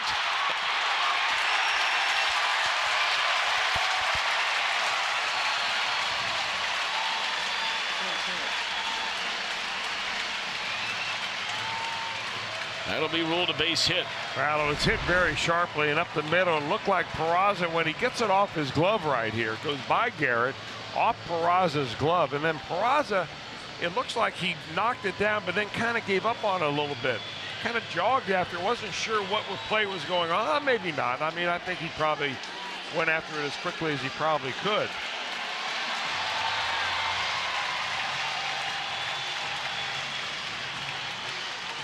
That's a shame not to get something out of nothing right there. That's 6 hits in this San Francisco 4th inning. And they have the bases loaded for the hottest hitter in their lineup.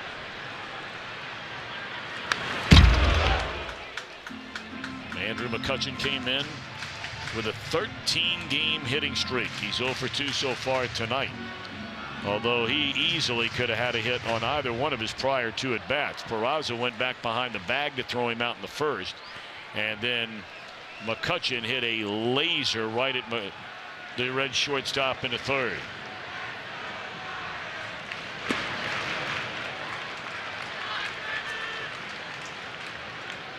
What has this guy meant to the ball club? Well, you know, he came over in April. First of all, you know, he's face of the franchise, of course. You guys saw him so much in the Central, but he is just starting to heat up like he always does the 2nd month. Longoria is doing the same thing, and he's just such a class and character man in that clubhouse. Boy, really good back-to-back off-speed pitches by Garrett. I mean, after that first pitch that McCutchen saw, 94, and he was right on it. They've gone to the off-speed stuff. I wonder if now may be time to speed him up again.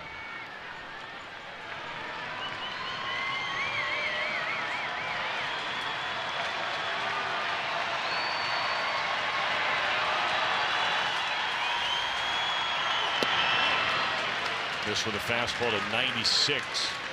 2-2.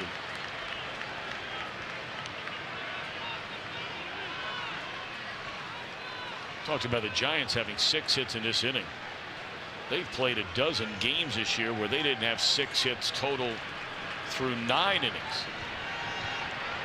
2-2 the count on McCutchen. Ground ball. Can they get 2?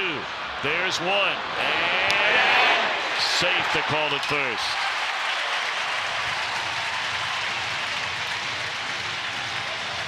If that call stands, and Jim Riggleman's having him take a look at it, the Giants have taken the lead. It's a low throw by Suarez, and that may have been the difference. Very low for Jeanette. And the Reds will not take a look. He's safe.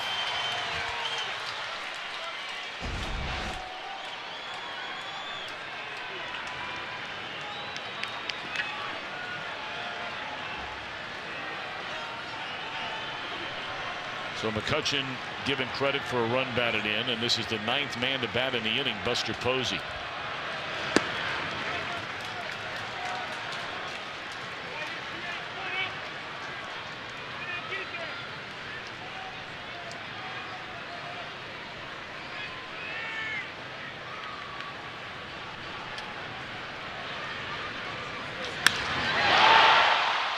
Hamilton will flag this one down. A 4-run four. Tim Flannery, awesome having you with us here tonight, man. Thank you. Big love to Really, Cincinnati. really fun seeing you. Big love to Kentucky and Cincinnati.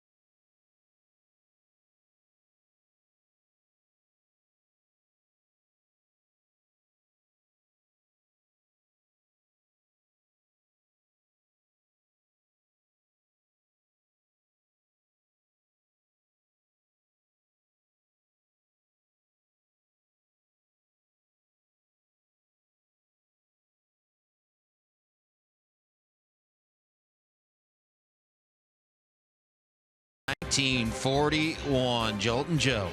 Joe DiMaggio began his 56-game hitting streak on this day, 1941, against the Chicago White Sox. The streak lasted until July 17th in Cleveland. 56 in a row. There are a few baseball records that most think won't be touched, and that is in that category. All right, Pierce Johnson going to take over on the mound for the Giants, and we saw him briefly in the game here last night. We are only in the top of the 5th inning. Teams have combined for 7 runs, 13 base hits. Giants with a 4-3 lead. Johnson worked an inning last night. Really only had to retire 2 batters. He had to strike him out, throw him out, double play for the final 2 outs in the 6th inning. Top of the order for the Reds, it'll be Peraza, followed by Winker, and then Suarez.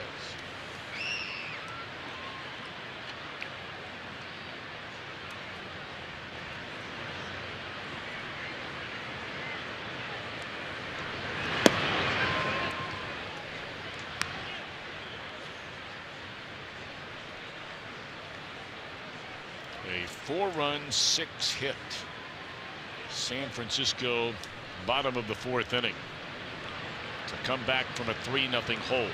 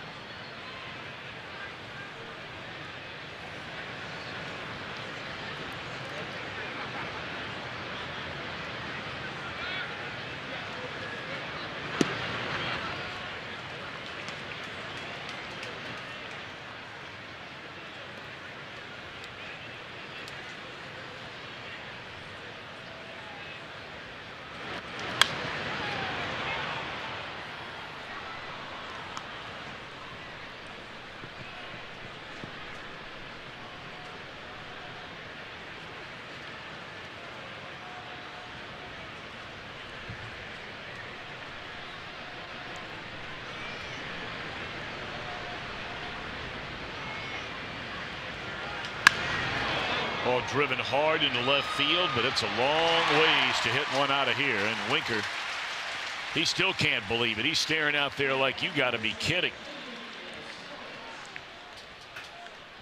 That ball's banging off the wall at Great American Ballpark.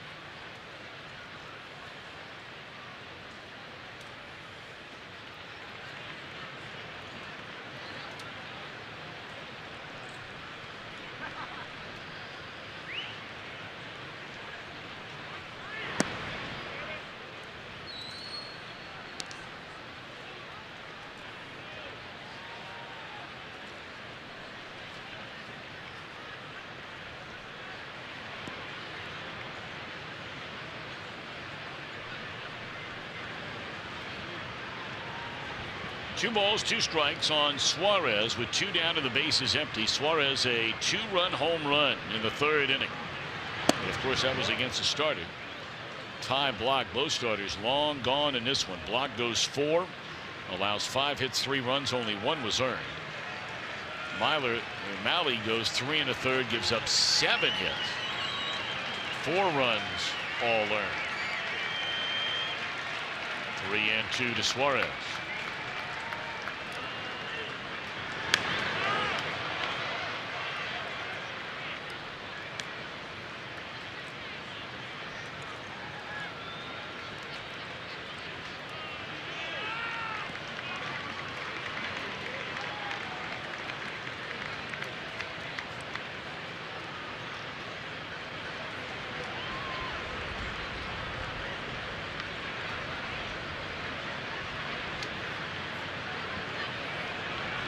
Strike 3. Suarez knew it. Perfect 5th for Johnson.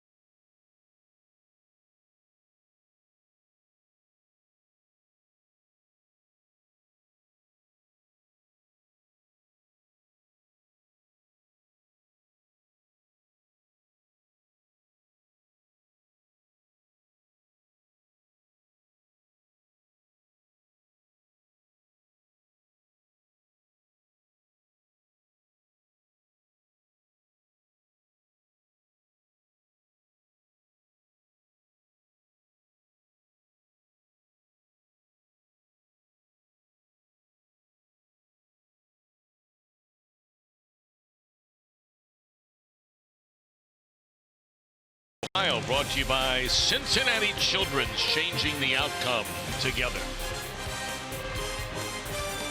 And by your local Ford dealer. Ford, go further.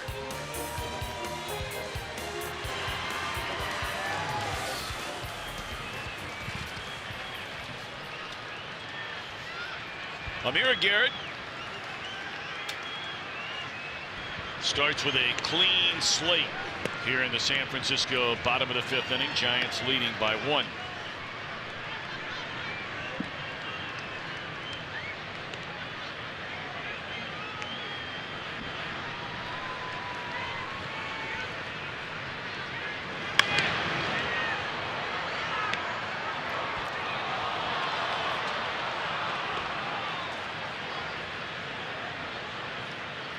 Checking in with Jeff Picoro here in a minute.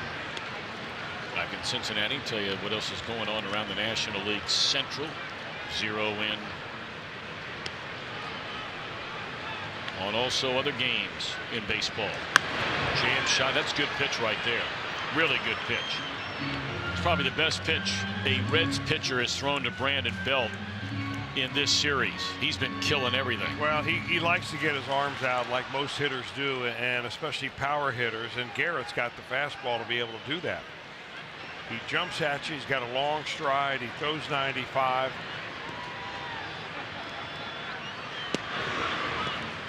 Even better pitch. I mean, that combination right there, I'm not so sure there's a hitter in baseball that if they hit it, you know, they're fouling it off. But I mean, to be able to take pitch number 3 and then pitch number 4 at completely different spots in the strike zone with the kind of mustard that Garrett puts on that ball, boy, you'd like to run that off about 20,000 times.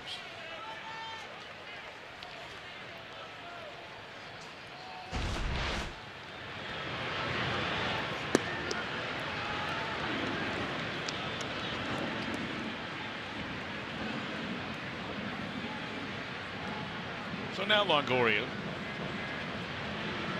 He had one of the 6 hits in that 4-run San Francisco 4th inning. And Longoria scored 1 for 2 in the game.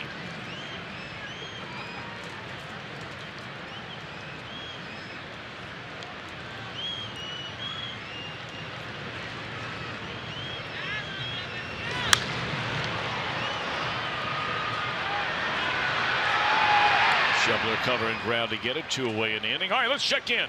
See what's going on back in Cincinnati. Pick.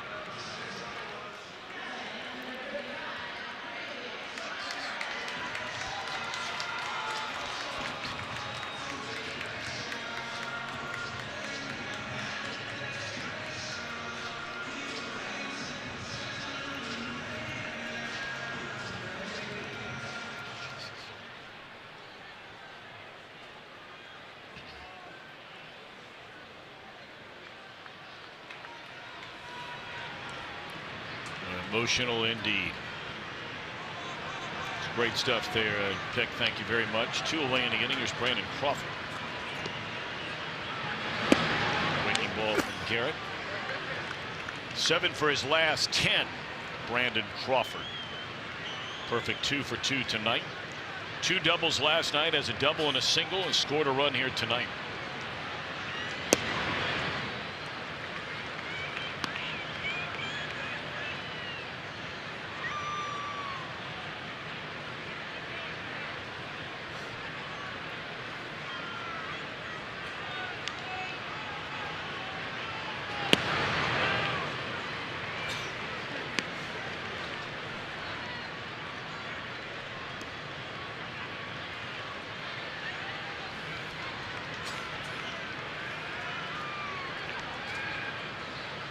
Two balls and a strike on Crawford.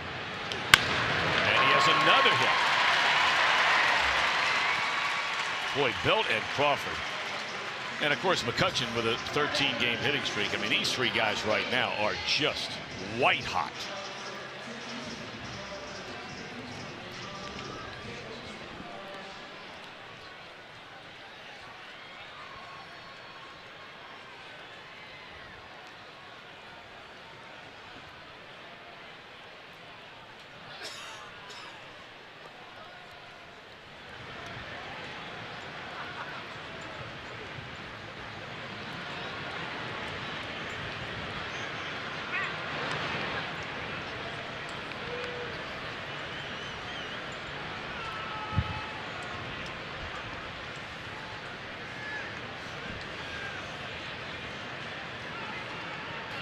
Crawford now makes it 8 for his last 11. And Austin Jackson will bat. He had a base hit his last time up. Single in the right field, didn't hit it hard, but wound up scoring one of the 4. We're in the bottom of the 5th at AT&T Park in San Francisco.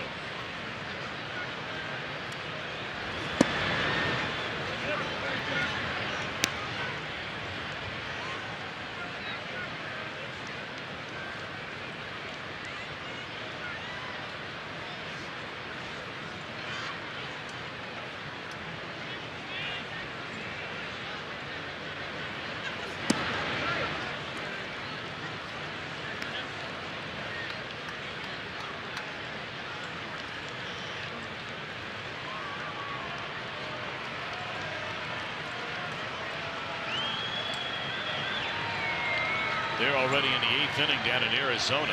They started about 40 minutes before we did. 1-1 game there with the Brewers. And a line drive to left field is run down by Winker. 1 hit, 1 left. We're off to the 6th. Reds down a run.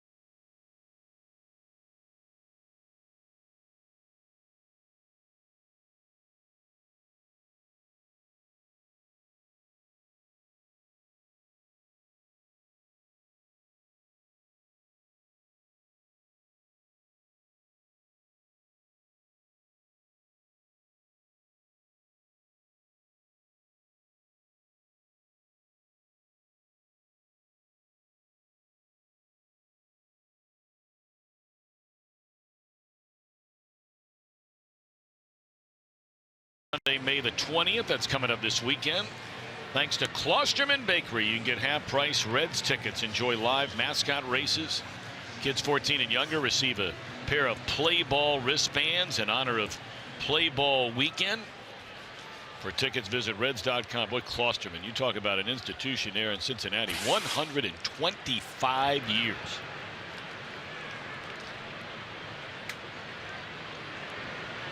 Will Smith is the new Giants pitcher, a left-hander that missed the entire 2017 season, recovering from Tommy John surgery that he had in March.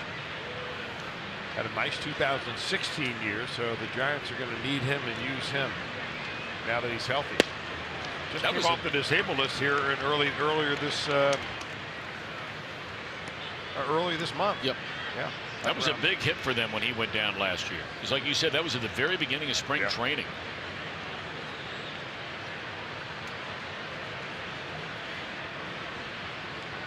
It really turned into a lost year for the Giants on so many levels. They had so many injuries and guys that just didn't perform.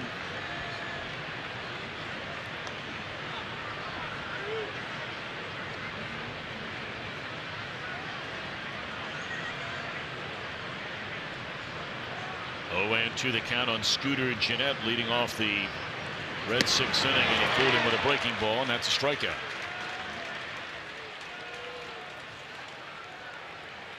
Well, this summer, the 2018 FIFA World Cup is coming to Fox and FS1. Every match live, over 300 hours of coverage. The world's biggest sporting event. 1 month, 30 days away, only on Fox and FS1.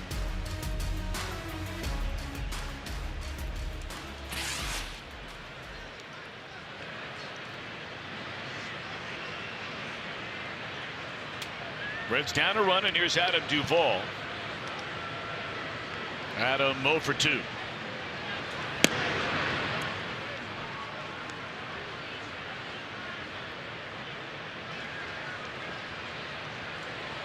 David Hernandez beginning to throw now in the Reds bullpen. The Reds have gotten 2 full innings, or an inning and 2/3 technically, out of Amir Garrett.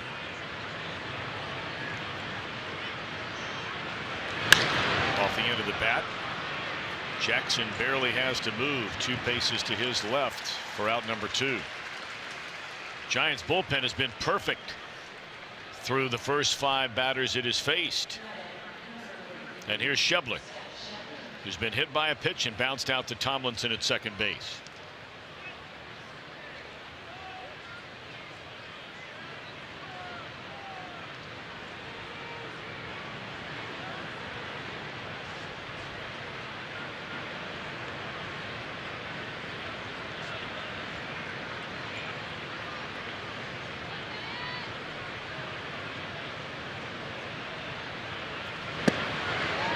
Well, you can see why Smith is so wicked on left-handed batters with that curveball.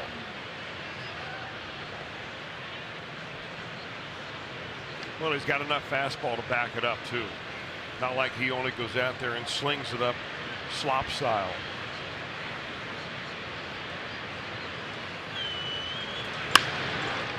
That came back at 93 miles per hour right there. I mean, really what you want as a pitcher is you want your hitters behind the fastball and ahead of the breaking ball.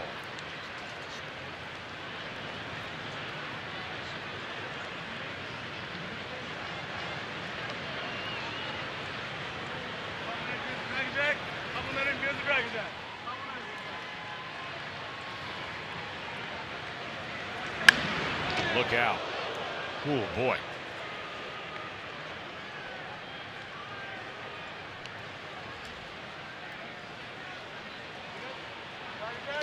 That'll get your attention right now. And thankfully, that's all it got, was your attention.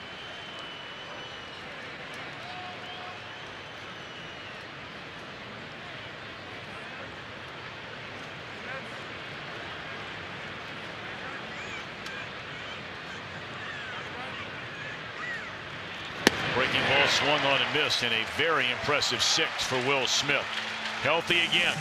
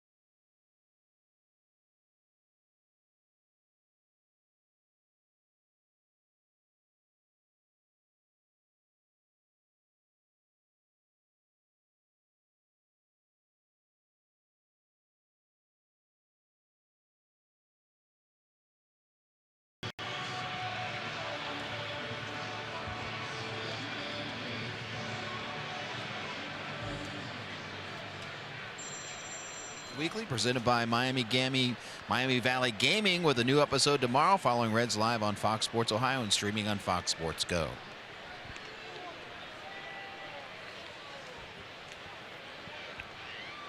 Four 4-3 ball game with the Giants coming to bat against Amir Garrett, who allowed 1 hit in a scoreless 5th inning. He'll face 8, 9, and 1 in the batting order.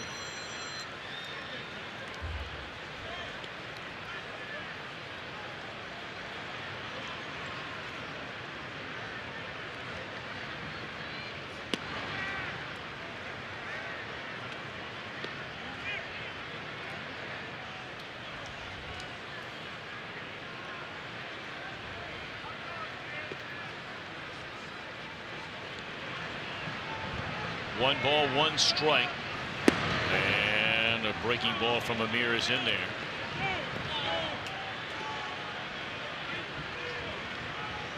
Gorkys Hernandez is standing in the on-deck circle and would bat for Smith, who works a perfect top half of this 6th inning.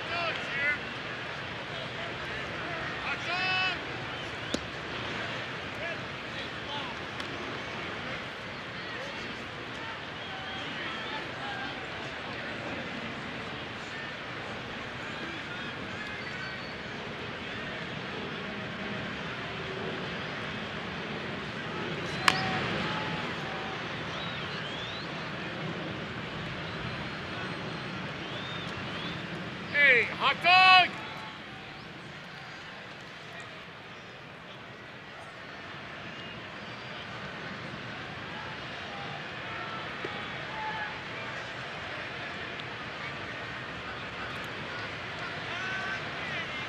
Two balls, 2 strikes on Tomlinson, and it's swung on and fouled out of play.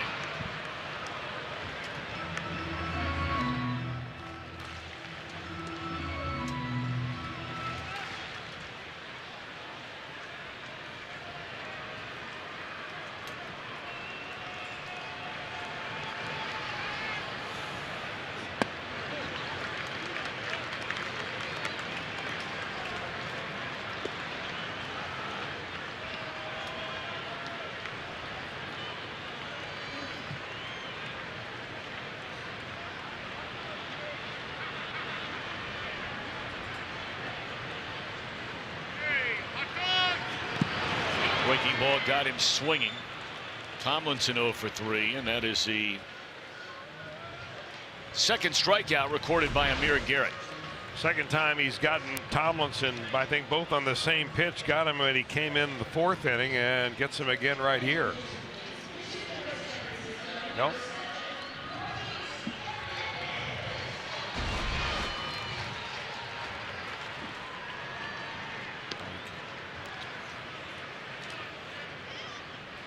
So once more, David Hernandez will start throwing again in the Reds bullpen. I mean, the only way you're going to see Hernandez in this inning is if McCutchen comes to the plate. If Garrett has a 1-2-3 inning, then McCutchen will be left in the on-deck circle.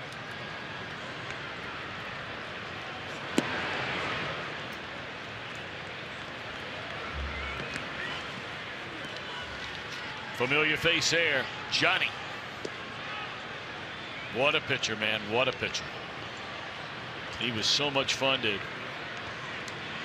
watch pitch all those outstanding seasons in Cincinnati. And of course, he was traded away, where he ended up helping Kansas City win a World Series. And signs as a free agent to come to the.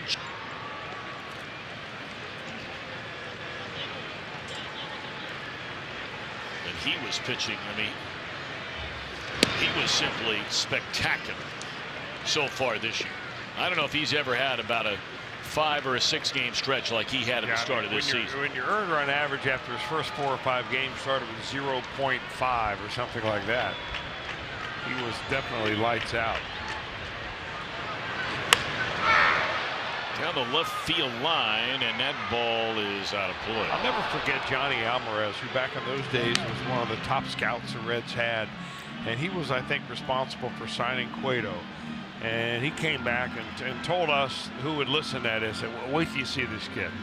You know, I think he's only 16 at that time, and we saw Johnny, you know, come through the minor leagues and then, you know, come up to the big leagues and have one style of pitching, and eventually began to adopt and adapt and different things in his windup and timing. And he was one of the first Reds pitchers that I remember throwing that right-on-right changeup that has now become very popular among pitchers. And it was really a great pitch for him. Still is.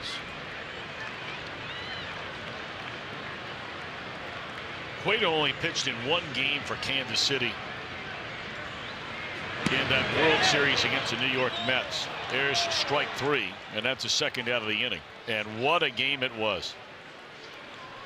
9 innings, 2 hits, allowed 1 run in a Kansas City win.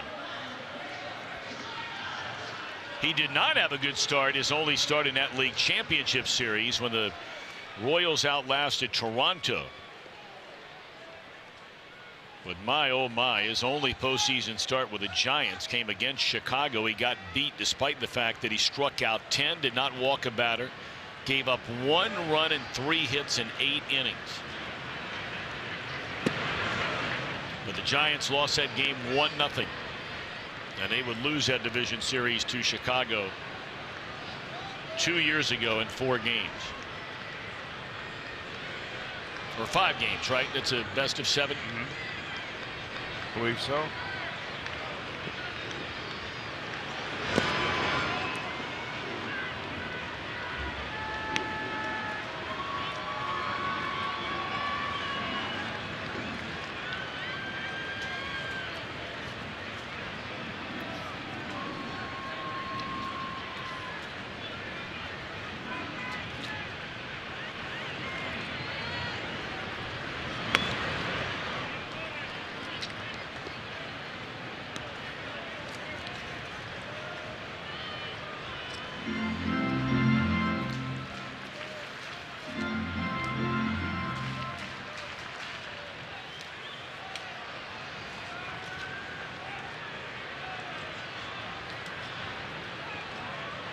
Kind of an extended outing here for Amir Garrett.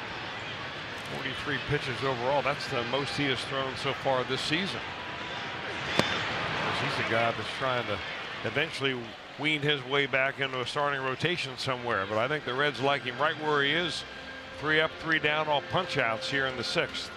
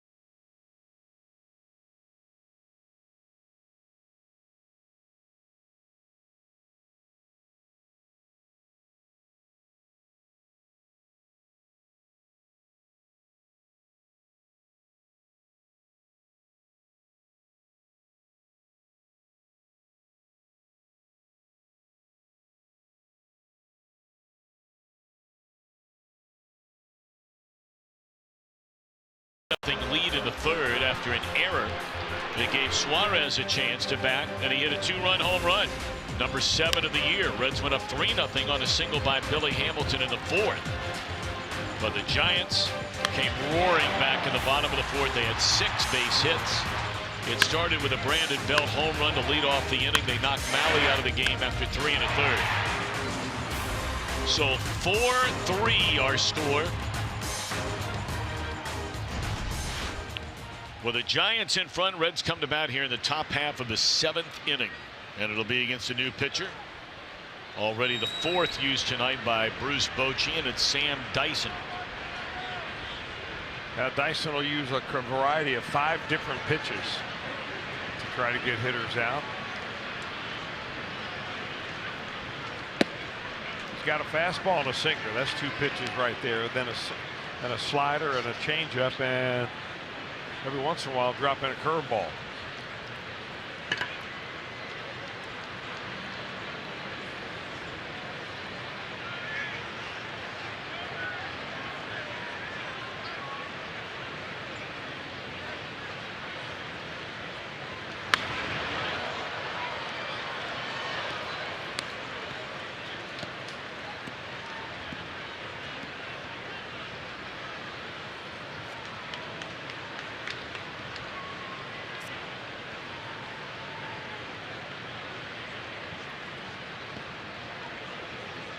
Cruz bounced into a double play in the 2nd inning. He singled and scored on the Hamilton base hit in the 4th.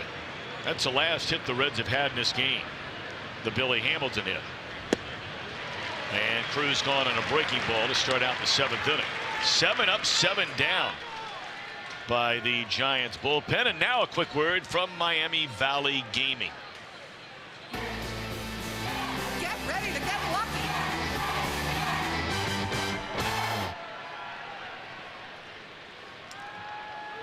Local kid who got to play in front of friends and family last night, and now he'll pinch hit tonight from Mountain View, California, and play collegiately at Stanford University. That's down the road in Palo Alto, California.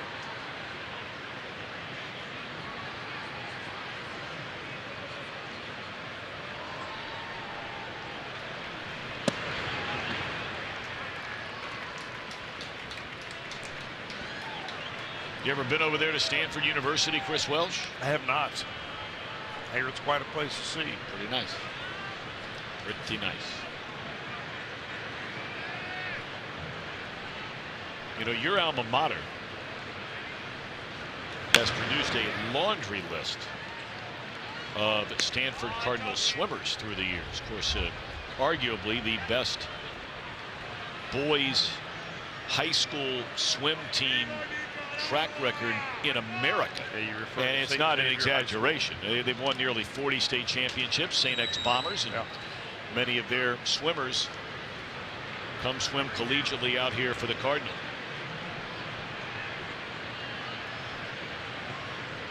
Remember years ago, my wife's best friend growing up, who was an Olympic swimmer out of Stanford, and first time I ever met her, and knew I was from Cincinnati. She says, well, what in the world is in the water in Cincinnati? And I had no idea what she was talking about. She said, I mean it literally and figuratively. She said half of our men's swim team every year seems like they come from St. X High School.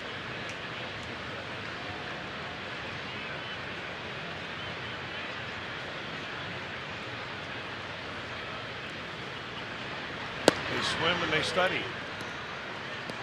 Well, I'll tell you what, I went to about 4 or 5 of these different swimmers' weddings over the course of about a 4 or 5 year run.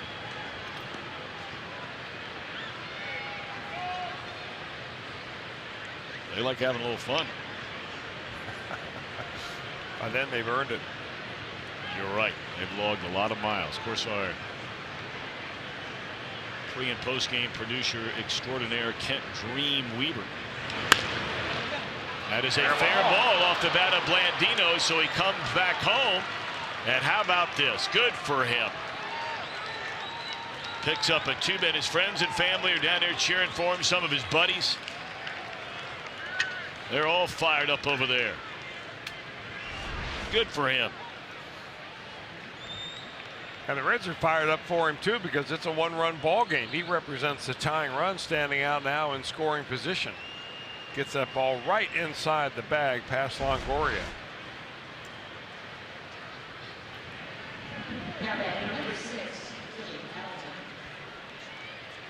See if Billy Hamilton can do it again. Yeah, he had a 2-out RBI single.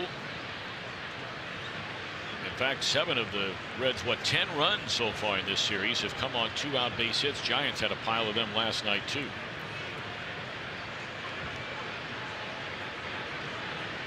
All right, let's see if Billy can indeed deliver and tie this game up.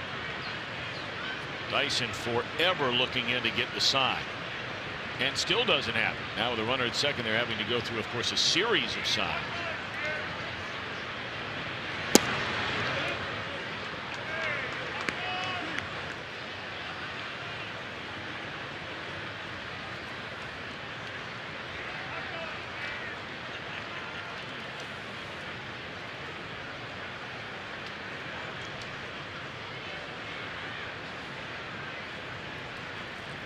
Dyson came over last year from the Texas Rangers. He only pitched in 17 games, and it was ugly pitching in Texas.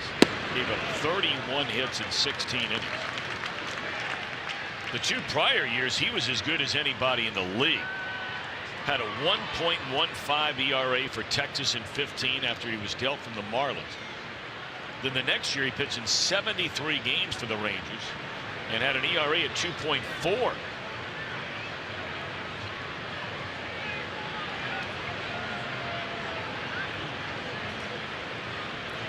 Dyson, you may remember, was one of the heroes on that Team USA in the World Baseball Classic. I mean, he was the main weapon out of the bullpen. He pitched in 5 games.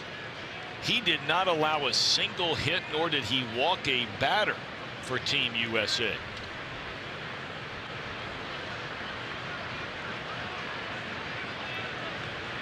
Two and one to count on Billy Hamilton. It's low and away.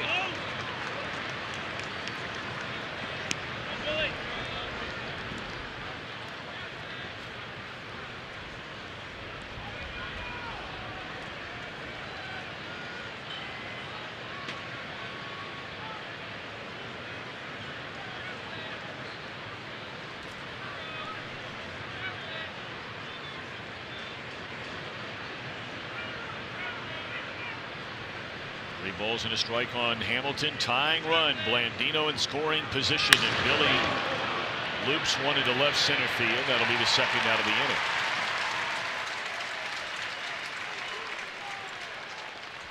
Now, one of the considerations that Blandino has at second base is you're always checking the outfielders, of course, in case there's a base hit. And against Hamilton, they're playing very shallow, which make it even more problematic for a runner at second base to try to score on a base hit if the outfielders are already in a bit. Didn't matter right there as that ball carried all the way to the center fielder. As soon as you were describing Blandino and making sure he knew where the outfielders were, you saw him head on a swivel there, taking a look at everybody before he took his lead and how they were shading Peraza defensively.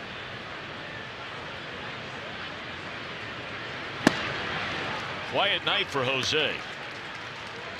3 ground ball outs, but a chance to change that story here with a tying run at second base and 2 outs in the 7th inning.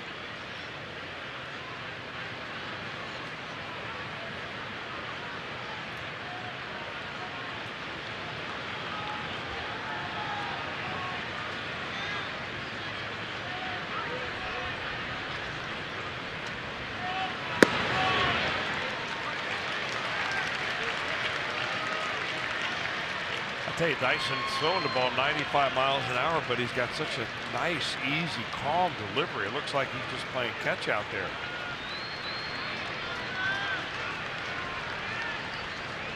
He was only in Texas about 2 years, but he pitched in a lot of big games for the Rangers. That team was going to the playoffs. Picked up 38 saves one year for them as a Rangers closer. Yep. And he became the closer here after Melanson went down last year.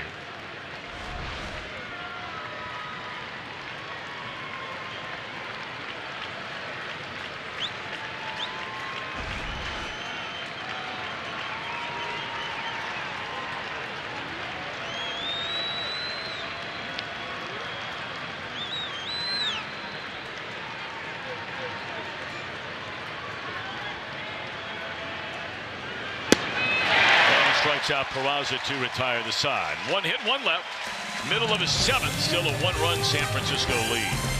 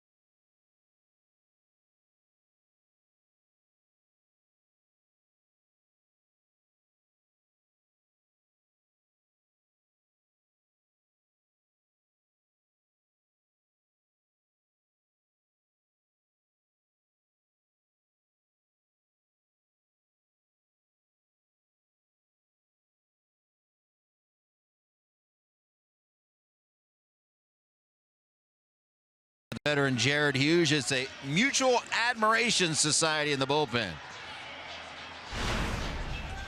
Coming into it, I knew it was a good signing. He's always been able to get ground balls and get guys out, and and he's really into the scouting reports. So I think it's helped us out tremendously as a group. I just feel like I'm learning a lot from him, honestly. And he's a good dude. He's got a ton of experience. And if I could name anybody as the captain of our pen, other than Iglesias, because he's our closer, David's right there as the captain of our bullpen. So they're feeding off of each other. So the captain on the hill, and Hughes, you got to have a scouting report guy. Now, back in the old days, who would have been the scouting report guy?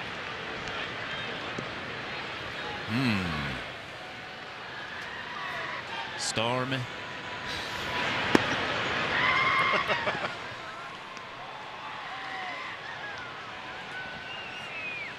Talking about David Weathers? Indeed. Off the top of my head. Oh, and 2 on Andrew McCutchen. This could be his final chance tonight to extend his hitting streak. He's 0 for 3. Came in with a 13-gamer. Second longest in baseball to the Indians. Francisco Lindor.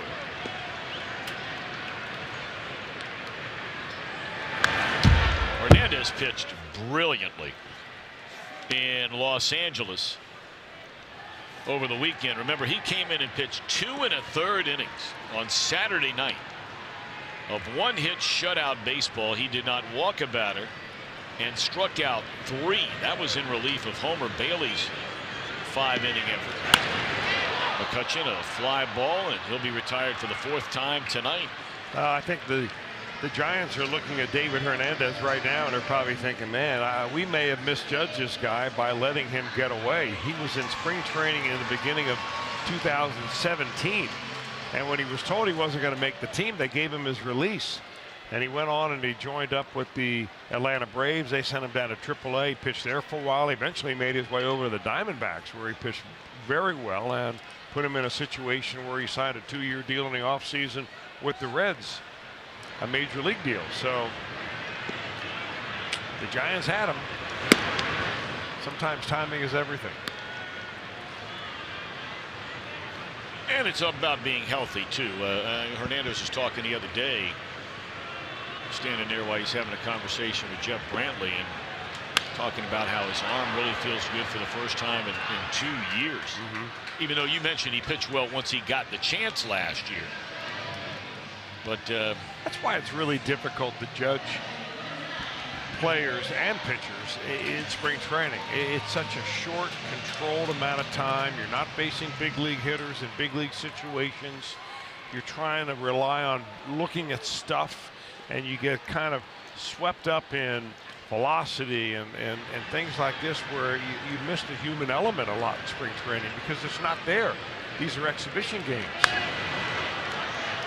He's finishing his pitches now. That's one thing that is very evident. The other thing is evident, and it maybe goes along with the fact that, you know, Danny Darwin is is a pitcher coach, is that he's not afraid to pitch inside. I mean, Hernandez will come right after you.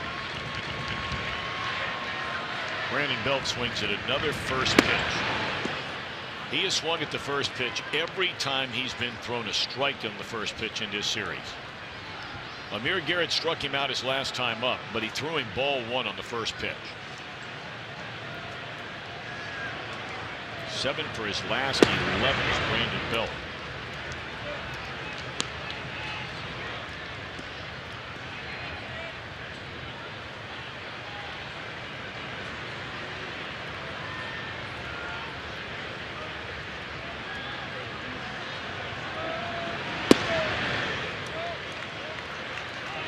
Hernandez thought he had strike 3. He was headed to the dugout. And now he'll regroup. I thought he had a strike on the pitch number 3, which was called a ball. They'll get Bell on a fly ball into left field, and the beat goes on for this Reds bullpen. Goodness gracious. 3 2/3 innings of 2-hit shutout baseball, but the offense needs to get down to business.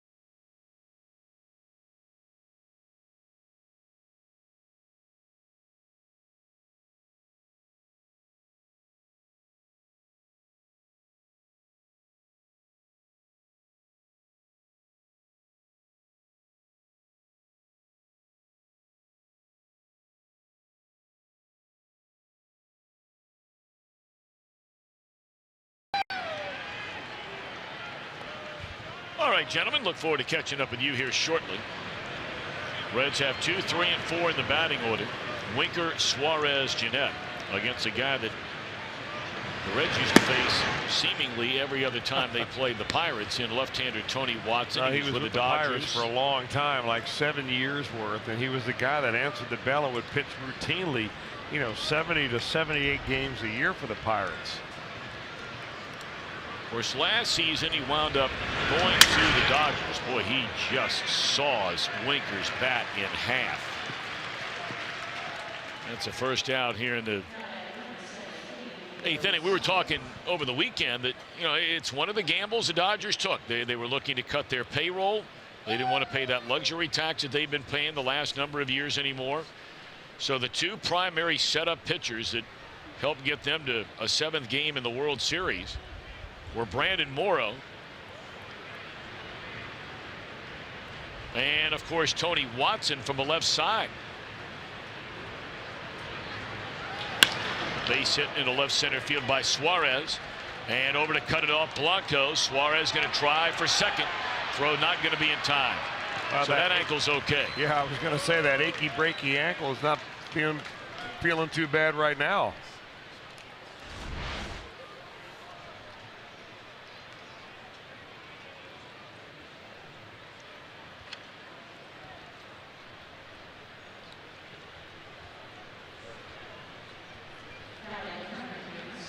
Boy, in a one-run game, running the bases like that might mean the difference between winning and losing a ball game. Especially, you come into a ballpark like this, there's so many doubles ready to be had if you get out of the batter's box quickly. And Suarez he's just a ball player.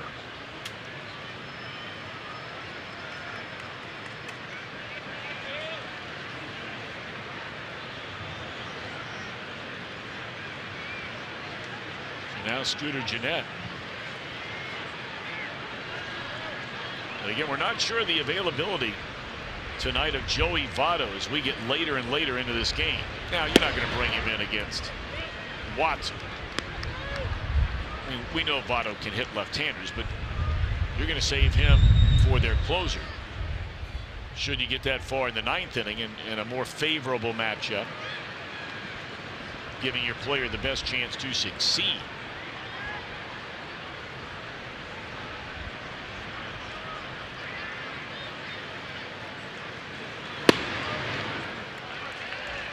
Now, what Watson does best is control left-handed hitters. He always has.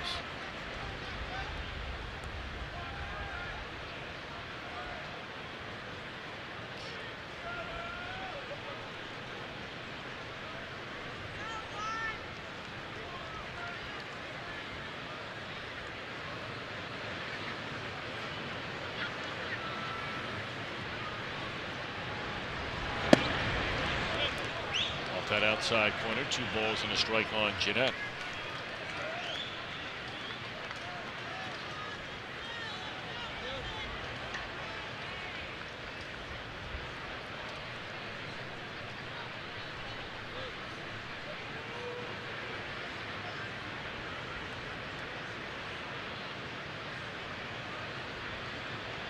Two and one to Scooter. Fastball that time, it catches the outside corner.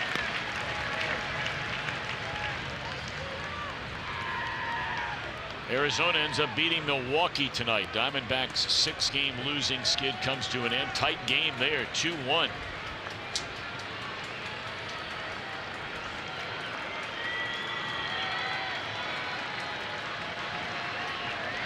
Milwaukee, the division leader, coming into play tonight. 2-2 on Gennett. Struck him out. 93-mile-per-hour fastball away from Scooter. MLB at bat, your #1 Cincinnati Reds app. Check it out, MLB at bat. Download it today.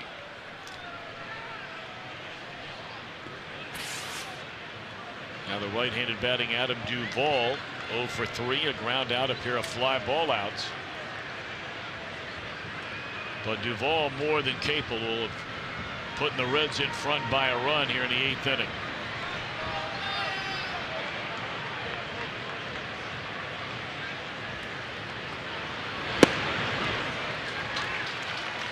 Well, Watson painting the corners right now.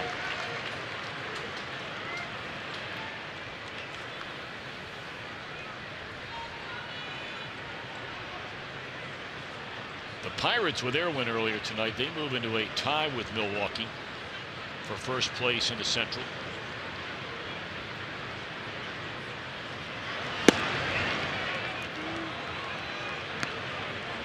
That has to be one of the biggest surprise teams in baseball, because everybody thought that the 3 teams that would be competing in the Central would be Milwaukee, St. Louis, and Chicago, and everybody else had the Reds and the Pirates somewhere way down the track, especially after they traded away McCutchen and Garrett Cole. 1 ball and 1 strike on Duvall. Tying run at second. 1-2.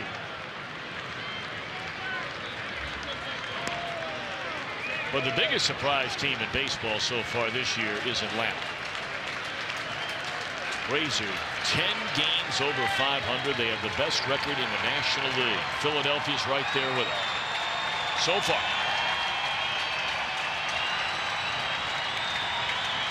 An announced crowd of nearly 38,000 here tonight.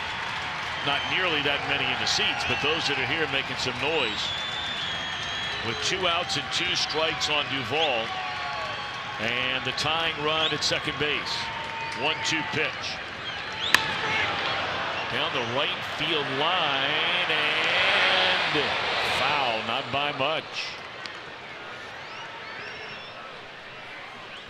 Well, you mentioned the Braves, Tom. They're not doing it with smoke and mirrors either. They have the 3rd best run differential of any team in baseball, behind only the Yankees and the Red Sox.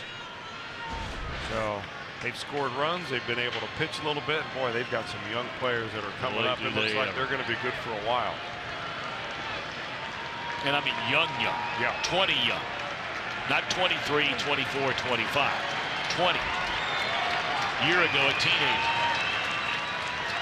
So there you go, math in public again. They have 3 players on a team born in 97. 97! Where were you in 97? I can't remember. Gone, ball, and that'll end the inning. Suarez with a double, but a stranded air. Giants still lead by a run.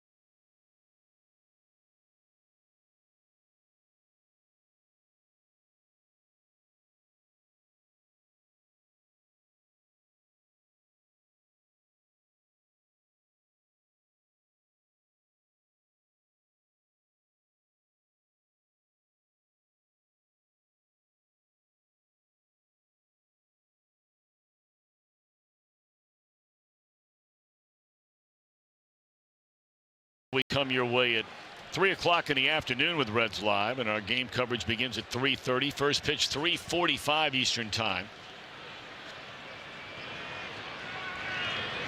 And then, of course, we invite you to stick around after the game for Reds Live, brought to you by Performance Kings Honda. Break it all down. And I mean, we got you lined up all the way through tomorrow. We have Reds Live starting at 3, the game coverage at 3:30. Reds Live, the post game after the game, and then right into the outstanding show co-hosted by Jeff Pecoro and Doug Flynn, Reds Weekly. So a full day of Reds coverage tomorrow right here on Fox Sports Ohio, your exclusive home of Cincinnati Reds baseball.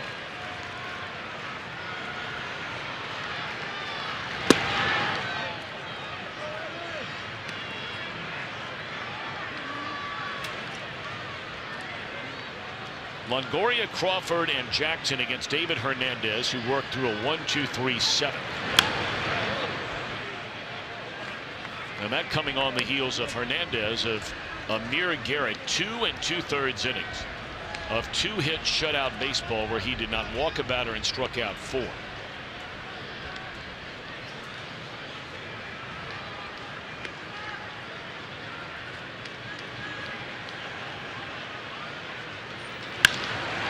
Hamilton, can he go get this one? He got it! He got it! What an unbelievable play by Billy Hamilton. To be sitting where we are, where we saw the exact angle of the ball and the tail of that ball going into right center field, and the ground he just covered, that is a spectacular play by Billy Hamilton. We'll be talking about that tomorrow. I guarantee you, putting a little stat cast on it as well. Our Hold True Miller Lite moment.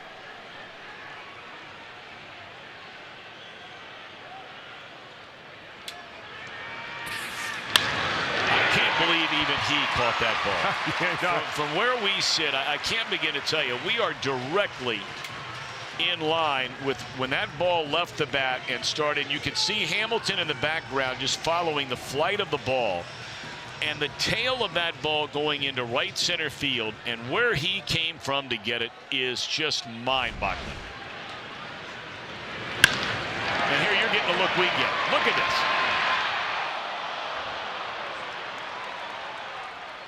Oh my. StatCast has already come up with the number on that, and they give you a catch probability on every ball that's hit out there. An easy fly ball in the infield is probably 100%, right? That is a 16% catch probability on the ball that Billy Hamilton just robbed the base hit. I'm stunned it's that high. I am too. I am stunned. That's because it includes Billy Hamilton in the outfield. You're probably right. Take him out of the equation, and it starts with 0 point something.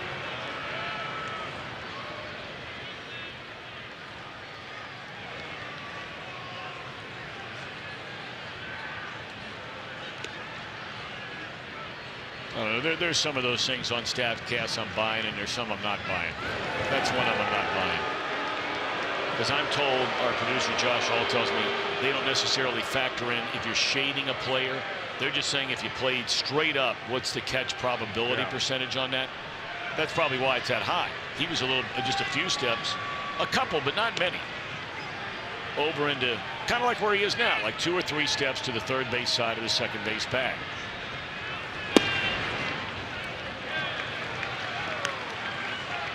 Well, if you think of it in other terms, though, really the important terms, and what would have happened if he didn't make that That's catch. better put, yeah. And after the base hit by Crawford, you would have probably a run in. If not, at the very worst, the best you'd have first and third.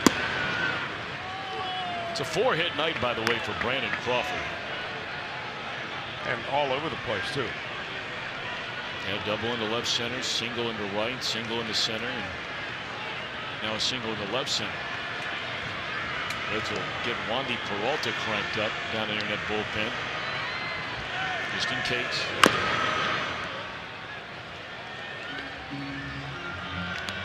Our IGS bringing the energy so far in this series. The B&B boys for the Giants. Look at those numbers for Brandon Belt and Brandon Crawford.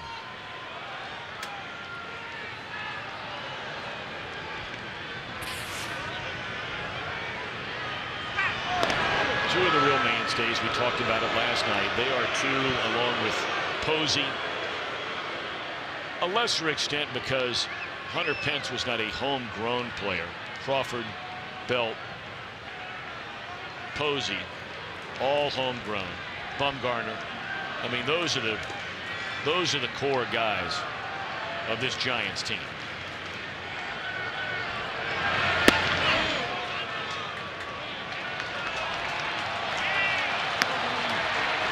Called a balk on David Hernandez here.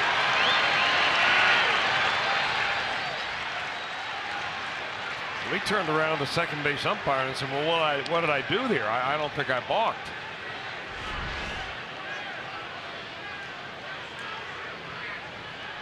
He didn't hesitate, or he didn't stop, come to a complete stop is what you rarely see that call, but looked like a good call. Marty Foster made the call, and you saw Hernandez wave him off. So now all of a sudden after that balk, Hernandez has some work to do. That's a huge run out there at second base in a one-run game here in the bottom of the 8th. And there goes a runner, and Hernandez never looked at him, and the Reds got a huge break there, because Crawford would have gone into third standing up.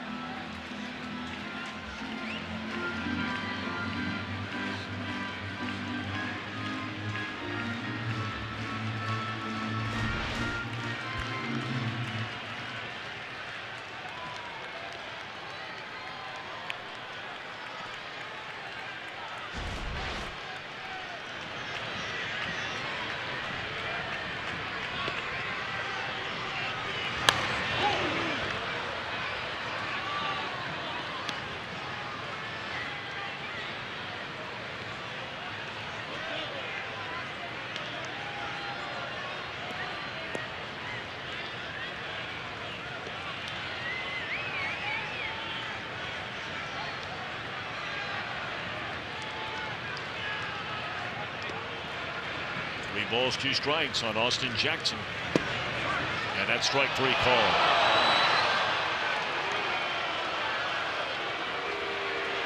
Hernandez making a pitch.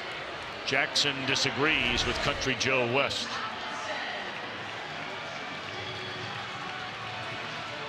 Pitch number 8 right there.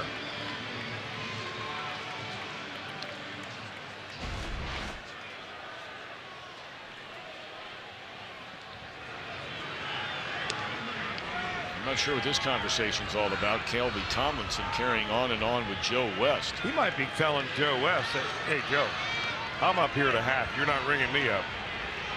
He does. He hasn't had a good night. He's 0 for 3, but he's had a couple of extended at bats.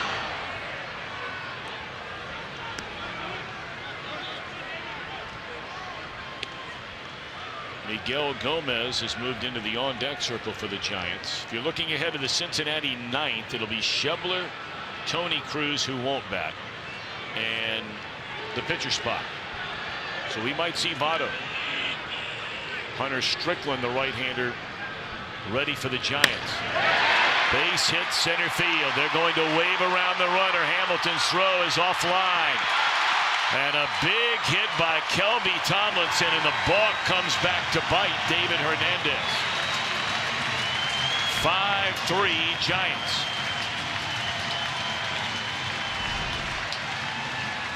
Boy, Tomlinson came up with a big hit last night against Romano, and he comes up with another even bigger hit tonight here in the 8th inning. Boy, for a guy that has been a fill-in infielder, really in there for his defense. He's made an error tonight, but what he's done with the bat is what's been game-changing. It's going to be all for Hernandez. Boy, that balk really hurt him. Really hurt. Put the runner in a scoring position. He goes an inning and 2/3, gives up a couple of hits and a run. Back in a moment.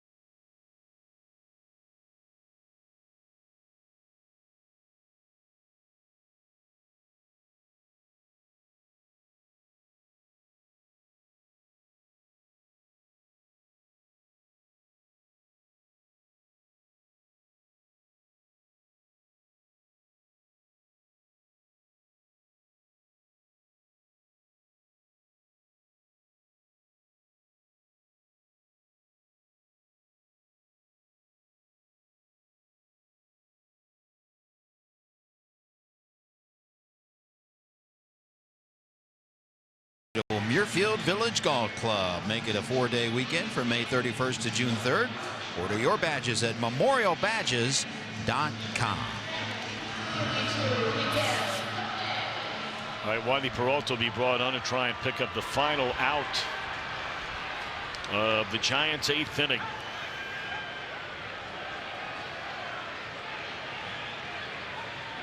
And they'll send up Miguel Gomez, who was just called up today. This is his first big league bat of the 2018 season.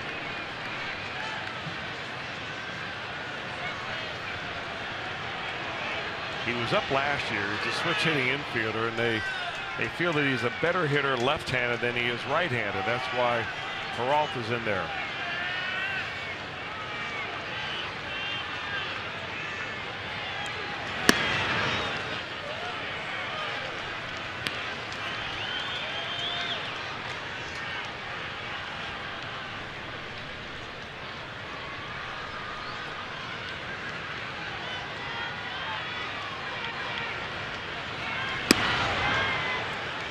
Well, you know the story on Peralta. I mean, he's very, very tough to hit.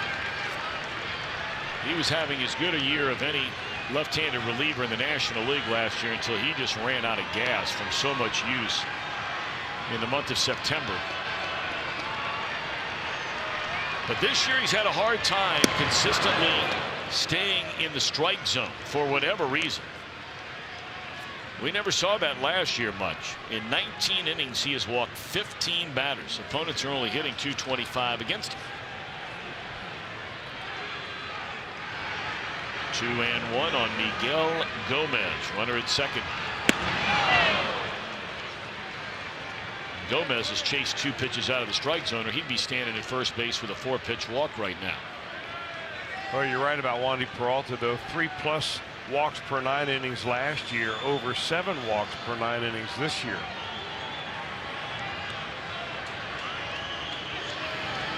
Got him swinging out of letting in. Here we go in the 9th. Schebler, Cruz, and the pitcher spot due up. Reds are down now by 2.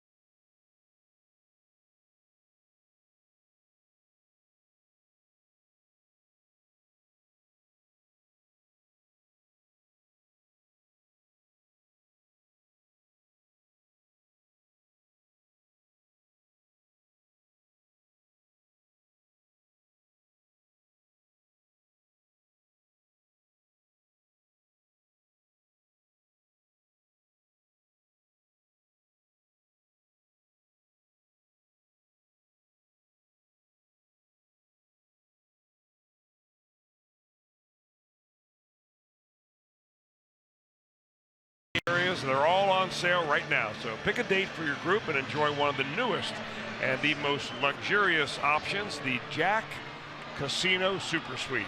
It's a climate controlled space, upscale buffet, food is great, and much more, and that's perfect for groups of 30 to 40. So book today at thereds.com/groups for the Jack Casino. Check that out. Yeah, super sweet. That's nice. Well, here's a Giant closer in the absence of Mark Melancon, and that is Hunter Strickland.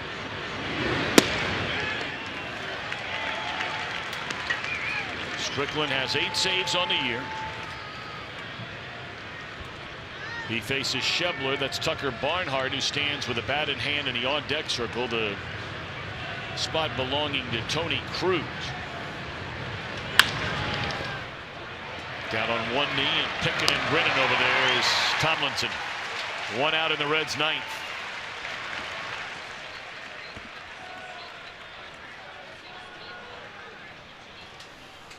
And here comes Joey Votto. How about that? So the Reds are hoping that Barnhart can find a way to get on base, and that's something that Tucker has been doing regularly of late. Barnhart has at least one extra base hit in each of his last 6 games. That is the longest active streak in the major leagues. And during the last 6 games, he has 11 hits in 23 at-bats, a .478 batter with a triple, 4 doubles, a home run, and 6 runs batted in. This is the best 1-week stretch that Tucker Barnhart has ever had in the big leagues.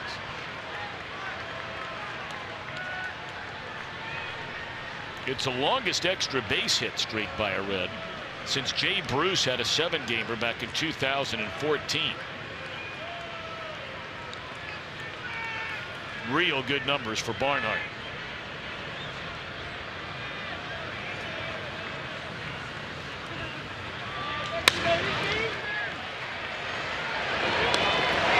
Reds are down to their final out. And Votto's going to bat.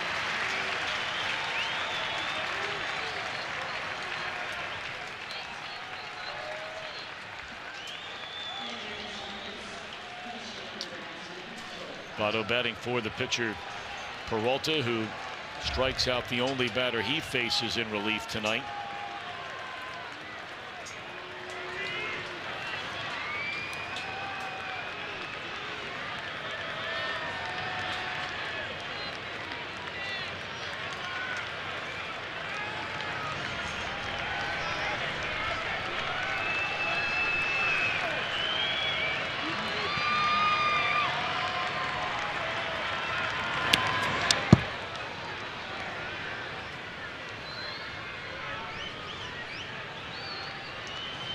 Of course, you know the story. Votto had to leave the game last night.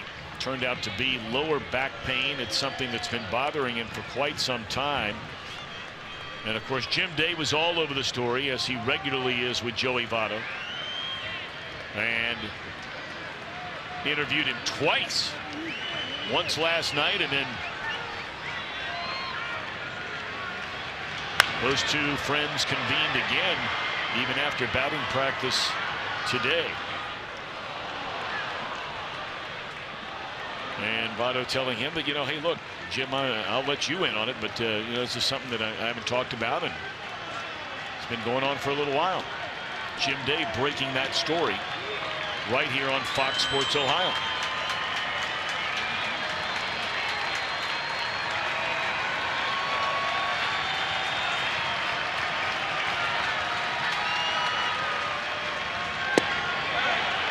One and two on Votto.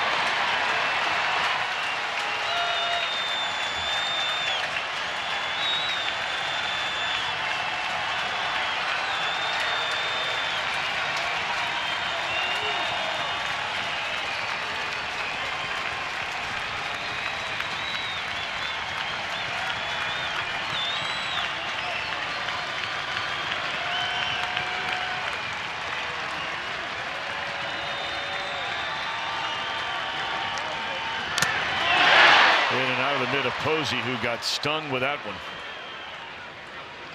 That got him rather than in and out of his glove. Posey shaken up. Oh boy. He reached out, turned his head to the right a little bit, and opened up a little gap, and pow, right into. Wow, that's a wicked hit. Oh boy.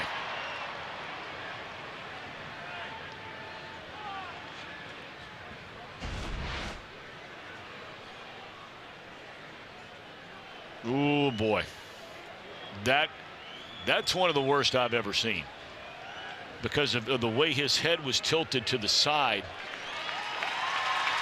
The pitch was 97 miles per hour. Lloyd knows how fast that's coming off the bat from close range once Votto makes contact with it. But Posey's going to stay in there. That's a tough dude, man. All those catchers are tough guys. All of them. Every single one of them. There are certain positions in certain sports, that's where the men go to play. Not to say the other guys aren't tough, but that's where the men go to play. And they play every day. Yeah. 1-2 delivery. That's a game.